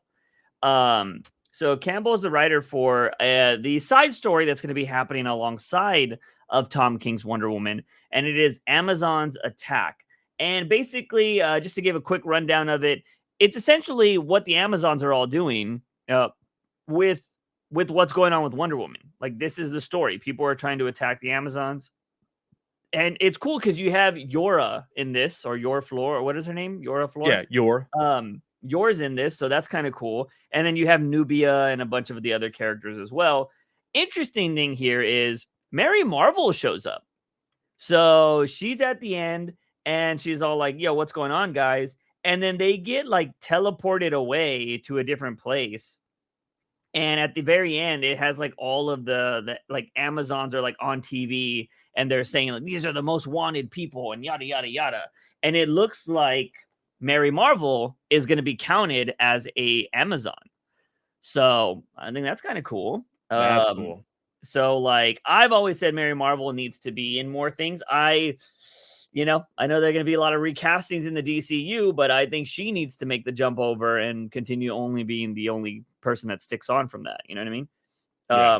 Because the cool thing would be if they recast all the kids to make them kids again, she could still play the older version of Mary Marvel, but Mary Marvel's never supposed to really change.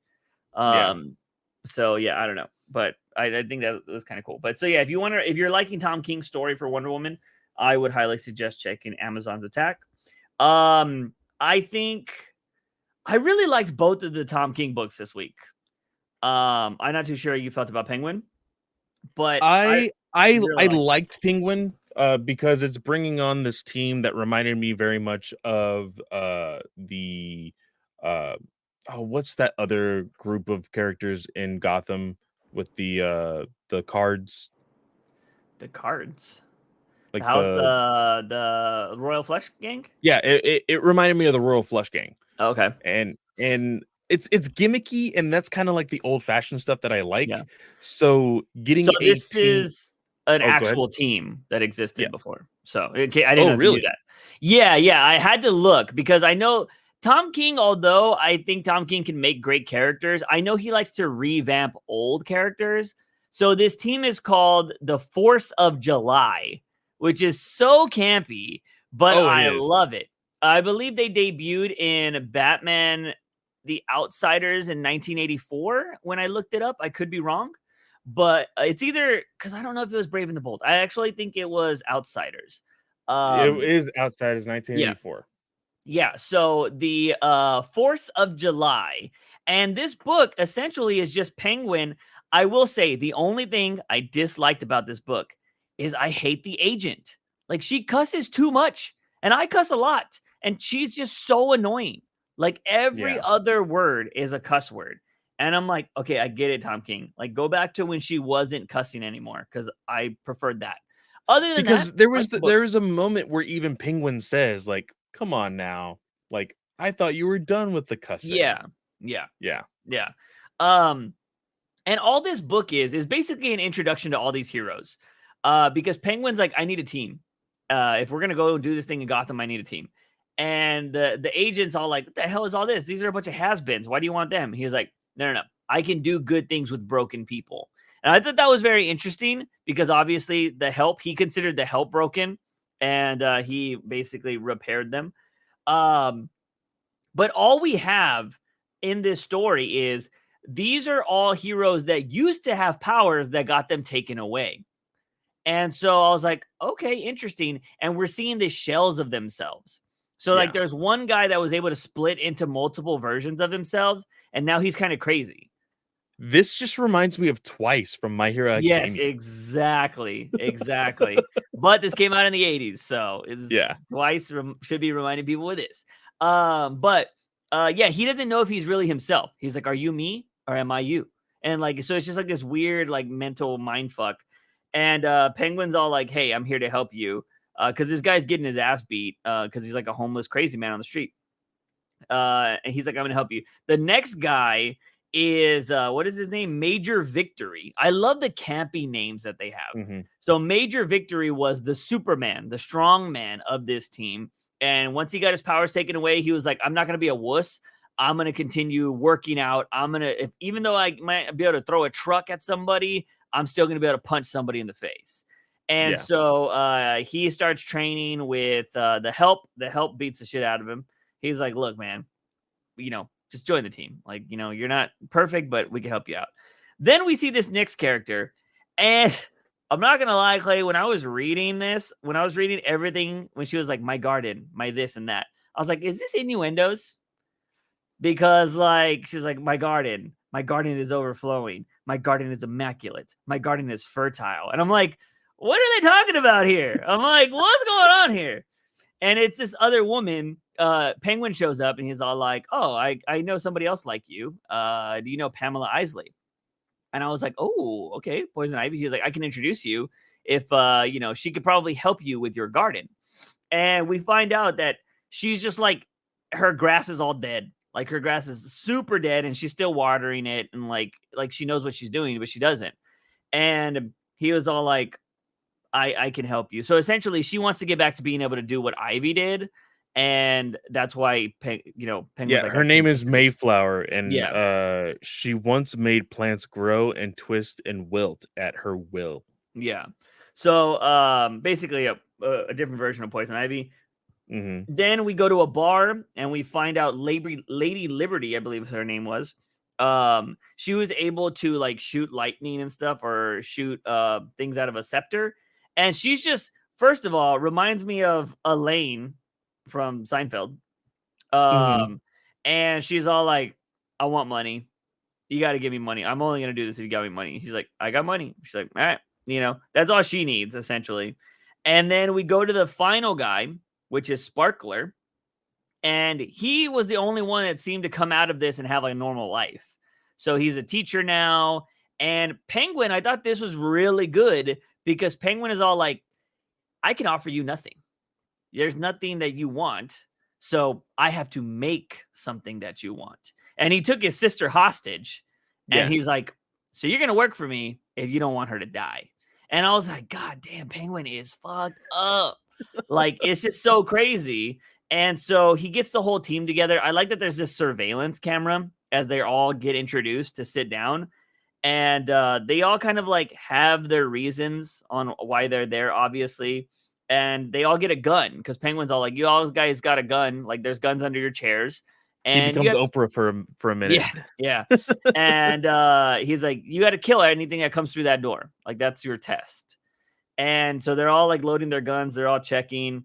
Only Major Victory is the only one wearing a costume because he's like, oh, I'm back, baby. And like, they're ready to fight.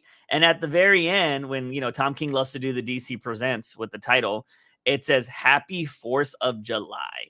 And I'm like, it's so campy, but I loved it. I loved every second of this book besides the overbearing cussing agent. Dude, I am willing to bet Sparkler's sister is going through that door. That would be crazy. Yeah, I do feel like they're going to have to kill either innocent people or people they know. But not only that, after doing like the mini research while you were explaining all of that, I found a summary of this group of characters. This summary was written a long time ago. But the very first sentence, make America great again by destroying foreign liberty and un-American and communist starts within. Wow. Was this like, are we talking about like a decade old, or how old's the summary? Yeah. Like this was like 2010, like 2015, like it's old. No, but the thing is, Tom King had to have known this and was like, oh, I can do so much with this right now. Probably. I feel like at this point, Tom King probably read this story when he was young and he just remembers it. You know what I mean? That's kind of like we read certain stories and we're like, oh yeah, there is this story. You know what I mean? Like, we know the Babushka story from Joker. Yeah. And it's just like, nobody else knows that, but we'll always know it because they're like, oh, it's a good concept. And so maybe something like this stuck with him, right? And also when you hear the 4th of July, like, you probably just get reminded of that every year. So like, he was like, oh, I got to do something with them. Like that. This just be interesting. But yeah, I really enjoyed that book. I think Penguin is fucking better than Batman right now. I'd say that. Yeah. For sure. It's an interesting, intriguing story. But moving on to the final book we got this week, and it is Wonder Woman. And we did cover Wonder Woman 1. For anybody that's new, we always cover Tom King's books because he's basically the person that started this podcast. So moving on, as Clay mentioned earlier in the podcast, this is basically a double story right now. We are seeing like the origin of Wonder Woman, at the same time seeing the current present day of Wonder Woman fighting this war. And they're both war stories. One is her becoming a warrior princess, essentially, and while telling the story of somebody else inadvertently. And also we're seeing the government trying to go after Wonder Woman. I think this was awesome, man. Like, this story, I don't know if you think it was fast or not. I think it's like, since it's split in two, it feels kind of fast. It feels kind of fast, but I think the reveal at the end made it worth it, because it was a moment of me going, oh shit. Yeah. Like, oh shit. So I really enjoy this, man. Like all of the subtle things that they're also doing with Steve Trevor in this. Yeah. Like there's Steve Trevor is the one that is confronting Wonder Woman at the very beginning, and she's like, oh, so they sent you. And he's like, you gotta have known that they would have sent me. And like, he's like, you need to know, like, these guys are coming here to try to kill you because of everything that's been going on. And they're not just going to listen and talk and do whatever. They're not leaving until you're dead. And she's like, all right, let's go. Let's do it. And for me, I like when Steve Trevor goes back to report to oh shoot, what is his name? Striker? No. No, it's he had the hand, wasn't it? What was his name? Oh my god. shit. Yeah, I forgot his name. Because he's not that important. But no, I know, for real. I'm trying to remember his name. I'm looking at the book real quick to see if he says it real quick. But the guy from the last issue, the one with only one hand, and he's been ordering or he's been seeing the execution of all these Amazons. But like every single time that Steve Trevor is talking to him, he's kind of leaving himself out of the orders of the military. And this guy is reminding him, no, we, like, you're in this too. Like, we, even though Steve Trevor clearly doesn't want to be a part of this. He doesn't want to be the enemy of Wonder Woman or the Amazons. So I really do dig all of that. I love the scenery of it all in the modern. I love the landscapes and everything else here. This artist is amazing. I don't know why I haven't seen them on more things. So no, I mean, it's great. The contrast of like old war versus new war, you know what I mean? Like how this was in an arena, 1v1 combat was suitable to solve situations, whereas today it's all like, who's got the bigger dick missile, you or us? You know what I mean? And I like, this is where Tom King's, I'm assuming, knowledge of the military and stuff like this really adds to a story, because the way, like, I think you don't need to be in the CIA to notice this, but it just adds to where Tom King had these little subtle things of like, well, the way the strategy is going to work is they're going to hit from afar first. So there's going to be an air raid. Like, that's going to be the first thing that's going to attack me. Like Wonder Woman is playing this out, or somebody's telling the story through, the perspective of Wonder Woman. It might not be her exact words. And she's like, first it's going to be an air raid. And then they're going to send in the horses or the tanks. And then if that doesn't work, they're going to send in the infantry to either fight or die. And Wonder Woman just clears house with all of that. She survives all of the missiles. The tanks come in. She starts using the tanks to hit other tanks. And then the infantry comes in and she starts blocking all the bullets. And she's like, I don't want to hurt you, but I'm going to. And they're like, oh, shit. And then like she uses a tank to try to crush them. And they're like, fuck this. And then they all like, turn tail and run. And while that is happening, right, obviously Wonder Woman versus normal humans, she's going to win like single-handedly. But when she's fighting this warrior back when she's young, she doesn't say her name ever. And the interesting thing is, I was thinking about this, like, was her name always Diana on the island? Or did she get that name when she came to America? No, it's Diana. It's Diana, right? Okay. Prince is when she comes to America, right? Because she's princess. Yeah. Right? But I was like, as I was reading this, I was like, does she have a fucking name? I was like, because the warrior she's fighting, she's like, I'm assuming this is to be the ambassador to go to America, right? Like that's what they're fighting for, because they need somebody. There's like this story at the beginning where like the Amazons were like, we need somebody to talk to the outside world. And I think that's what they're kind of fighting for. And Wonder Woman, obviously being young, hiding her face because I'm assuming her mom doesn't want her to do this. She's fighting this warrior, and this warrior is like, tell me your name. What is your name? And she's beating her ass. She was all like, you don't know what you're doing here. And she's like hitting her with the shield. She's pushing her back, and she even stabs her against a wall. She's like, tell me your name. And she's like, my name is irrelevant. And she was like, my name is not important. And all I can tell you is that I have 2 swords. And you have none. And I was like, oh, it was fucking awesome, dude. She like rips the sword out of her stomach and just puts both of the swords to this warrior's neck. And she's like, what is your name? And that's when we get the reveal where she takes off the helmet, and it's the freaking Amazon that killed everybody in the bar that started this whole war, and her name is Emily. And so that's what I was gonna. So she spells her name, or they spell it out here, Emelie. Is it Emily or Emily? if I was just reading it as a normal person, I would say Emily. Oh, I just thought because it's an Amazon name, it could be either or. Yeah, it could So be I was like, Emily. oh, I wonder how they're But gonna pronounce it. I think, yeah, I don't know. Emily, maybe somebody will have to say it that knows, like Tom King will have to say it in an interview or something to actually know. Because things are spelled weird and pronounced differently. Like, I will never get over the kid from Gotham. His name is spelled David, but he pronounces it David. And I'm just like, why? I was like, it's not spelled that way. And so, like, it's just like really annoying when that kind of stuff happens. I would say Emily. It's just because they're using the IE instead of the Y. You know what I mean? So, but it is. Oh, and also an E instead of an I. So maybe it is MLI. I don't know. Amazons are weird. But I thought this was fucking great storytelling, man. I don't really get on a lot of comic book Twitter, although it does come across my feed every once in a while. I don't know how the Wonder Woman fans are taking this, because I know a lot of them are like, Tom King.